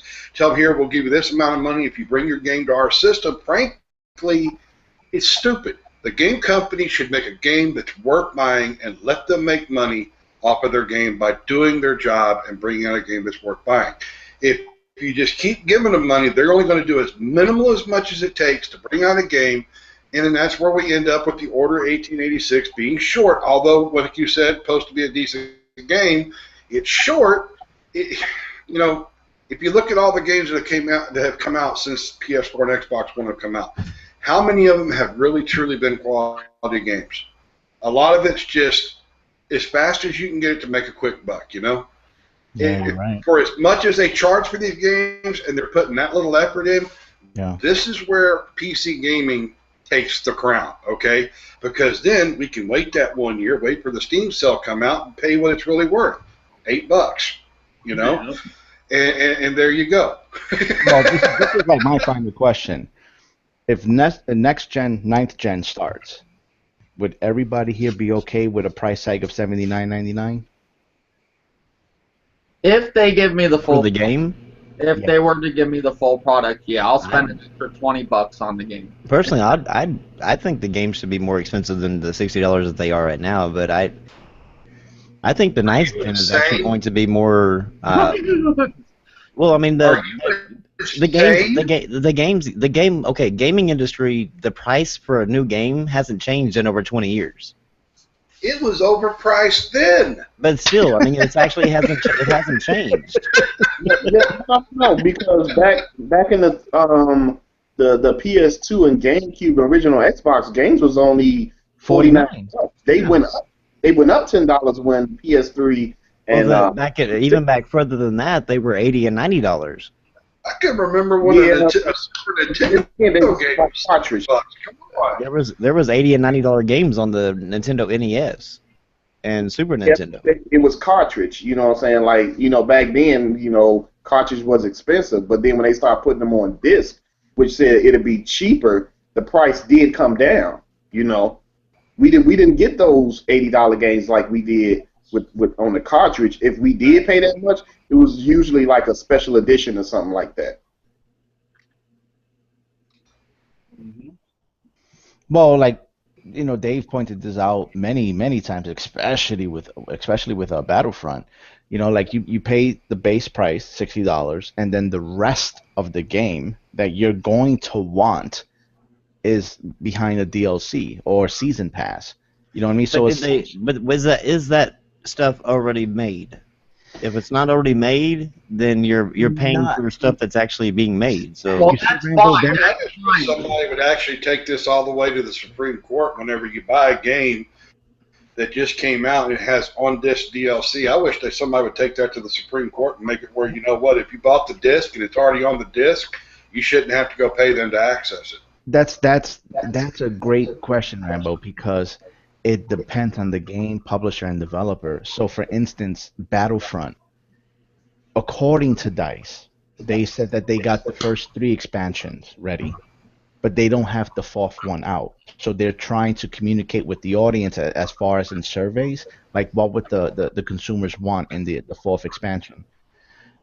So I don't know. For instance, like Destiny was one of the ones where no matter what the consumer decided, all the expansions were already created.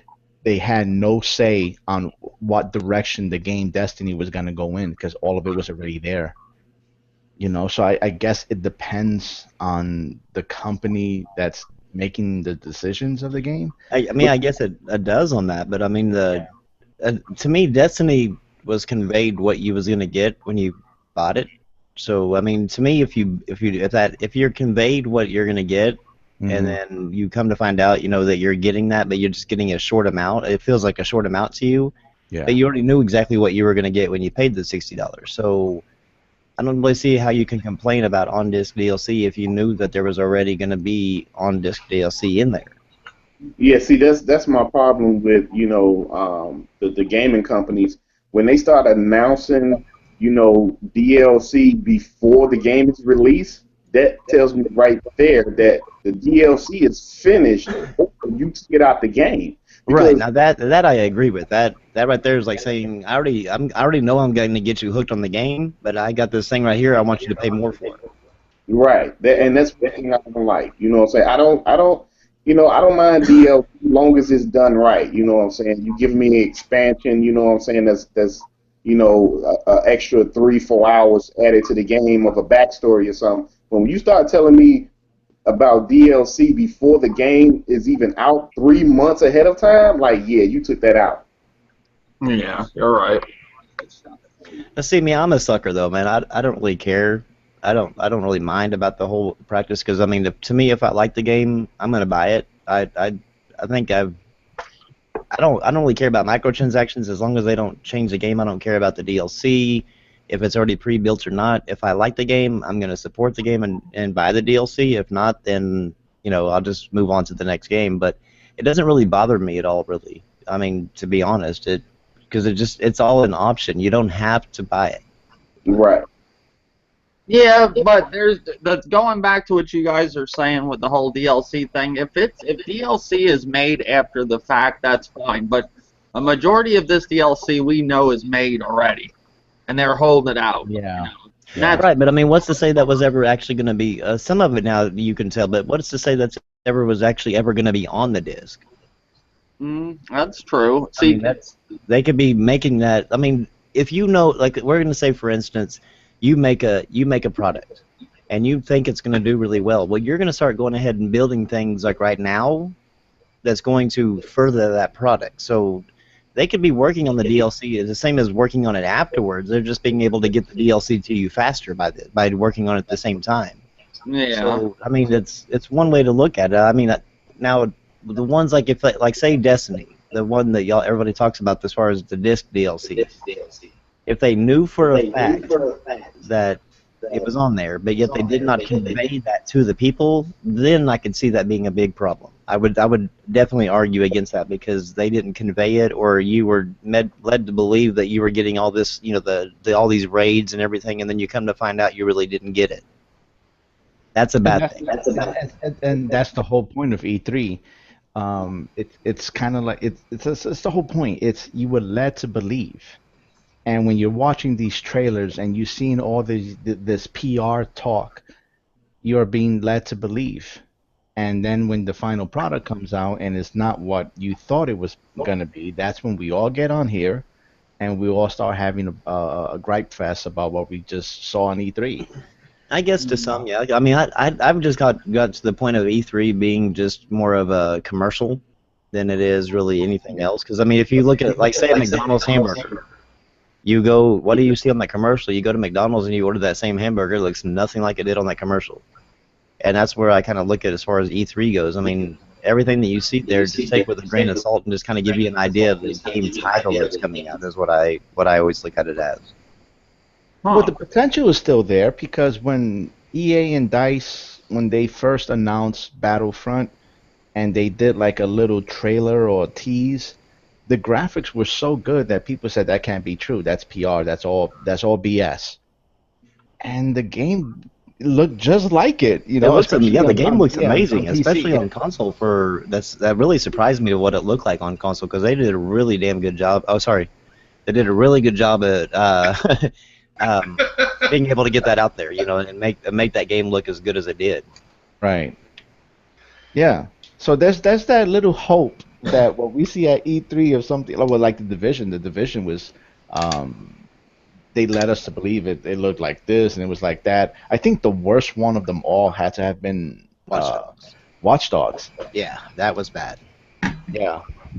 Yeah, people were absolutely blown away. I mean, I was even a little impressed by it, and then, of course, then you get it, and it's like, because I remember thinking when I saw that, I was like, this is why I got the PS4. This is the reason why I got these new consoles is because I mean that they don't look nothing like the PS3 or the 360, right. And then you get that game and it was like, whoa! It just blew my mind as how much of a downgrade that was from what they showed. Well, you know what, Rambo? Hey, RXL up in the house. What's up, my boy? How's it going, RXL? He got his mic off. Well, he might be fixing it. Does anybody else think that RXL's face almost looks like Anonymous? Who? Nam. The game. Remember, the 5th of November. I just watched that movie the other day. I love that movie, V for Vendetta. Yeah, it's a pretty good movie. I like that one. Yeah, it is. How you doing today, or tonight? No, he turned his mic back off. He's having mic issues. He fell down the stairs.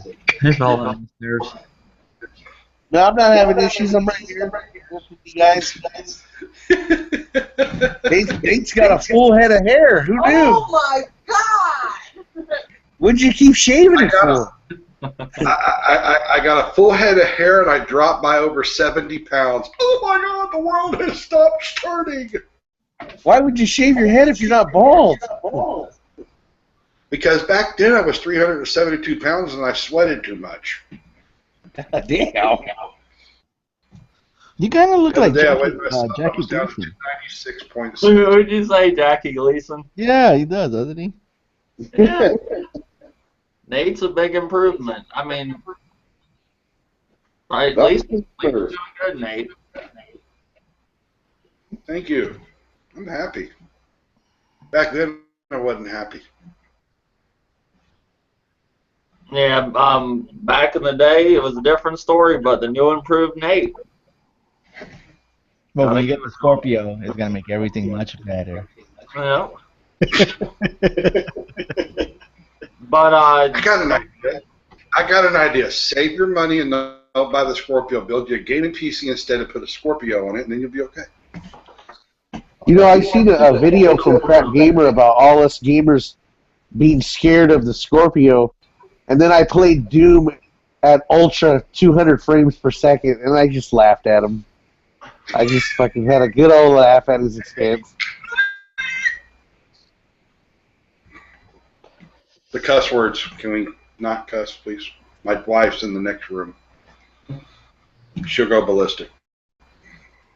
But I am going to end the podcast right now. It was a good podcast. Turned out a lot better than I thought. Wasn't too much gaming news. I'm not ready to get off. What are you, tired? Yeah, it's been going on for like 3 hours. Yeah.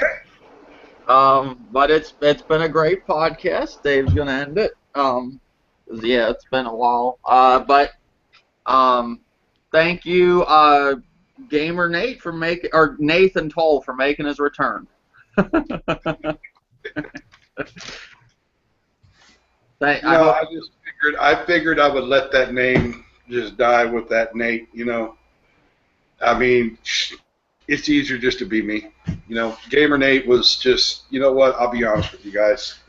Back then, you know, with things that I was going through, you know, I just wasn't happy. And I used Gamer Nate, I guess, as a way to let those things out. You know what I mean? And I got to say it again, you know, Dave, that night when I was sitting in that truck and I acted like that and pulled a knife out, threatened your life and all that, it was just, when I go back and I think about that, I'm like, who was I? Why did I let myself get that stupid? You know, it was so just absolutely unneeded. And a lot of people probably hear, a lot of the newer people, they don't know what went on with, like, RXL knows because he was there, and Old Dirty. A lot of the new, that's a good thing though. There's new people on YouTube now, so now you're new, and you're new and improved, the Nate Neo. So nobody will know who Nate really is. Double N. Yep, he's the Scorpio of Nate. No, Nate Scorpio.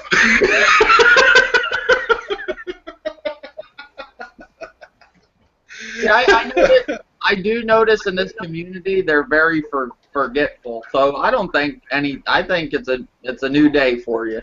But thank you, Nate, for joining. I hope you come back next week. I appreciate it.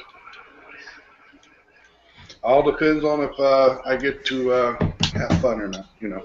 I am a very happily married man now, you know, and so when the missus wants me, I'm there, you know. And all your computer technology, because Nate, you're good. Nate's good in computers. He knows a lot about computers, so I like to have him on the podcast definitely for that reason. I'm actually, like I said, I'm not a truck driver anymore. I actually work for a computer company over in Rockport, Texas, and I fix computers, do repairs on desktops, laptops, stuff like that. Fix networks, printer issues, things like that. And if everything goes well, I'll be taking over the company here pretty soon. Won't be the owner, but I'll be taking over, and it'll be a nice little boost. And I'm planning on just trying to take I'm going to build me another PC here later on. But I mean, yeah, I'll be able to play games on it, but I'm not building it for gaming. I'm actually going to build it for editing and stuff like that because I am back on YouTube, and back when I was doing YouTube before, I absolutely loved doing intros for people, making intros, things like that on Cinema 4D and stuff. And I would just love to. I just don't have the kind of money, but I would love to have 2 of the 16-core Xenon processors on a 2011 motherboard with 128 gigs of RAM. That would just be insane to be able to see 72 squares rendering a picture on a video on Cinema 4D. I could just hit the button and a minute later, 450 frame movie would be done in just merely a minute. It would be so awesome. You're talking another language to me. I don't know. Oh, I know. I'm sorry. But thank you, Nate. I do appreciate it. Frozen Magma, thank you for joining as always. Well, thanks a lot.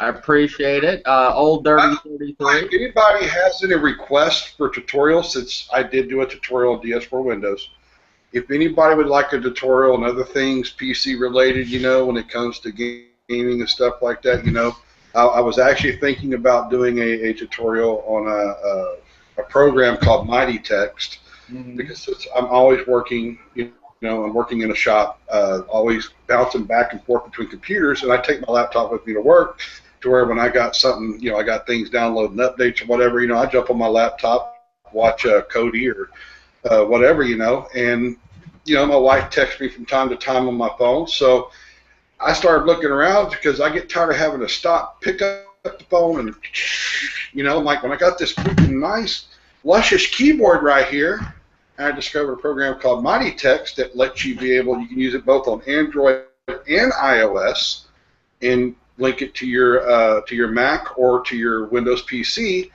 and it lets you not only send and receive text from your phone on your computer, you can answer your phone from your computer, you can dial your phone from your computer, upload your photos from your phone to your computer, and even send you could take a photo that you downloaded from the internet on your computer and then text it to whoever on your phone. It's a really nice program. Cool, actually. Huh? That's pretty cool, actually. It is, and for a tech, it makes it really nice because you're always at your computer doing something, so you get a text, it pops up on your phone, just be done. You don't have to sit there and stop, turn around, and grab your phone. That is pretty cool. Yeah, that is a tutorial. Yeah. Thank you, RXL, for joining. I know you came in at the end, but I appreciate it. Has no games. I'm sad. I wanted to talk to RXL. He's my boy. The greatest thing about coming back to YouTube, mate, is you don't have to deal with these pesky video games anymore. It's all about rumors now of things that don't exist. Getting hype over things that just don't even exist. Yeah, that's all it is now, YouTube. Rumors.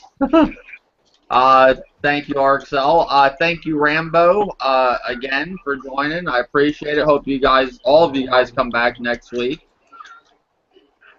And Thanos, thank you for joining, as always. Yes, Dave, thanks for the invite. Much love and appreciate it. Yeah, Rambo's Corner. That's I forgot his last part of his name. But thank you, Rambo's Corner and Thanos a lot. Well, thanks for having me. I appreciate it. Hope all you guys come back next week. Till next time, YouTube.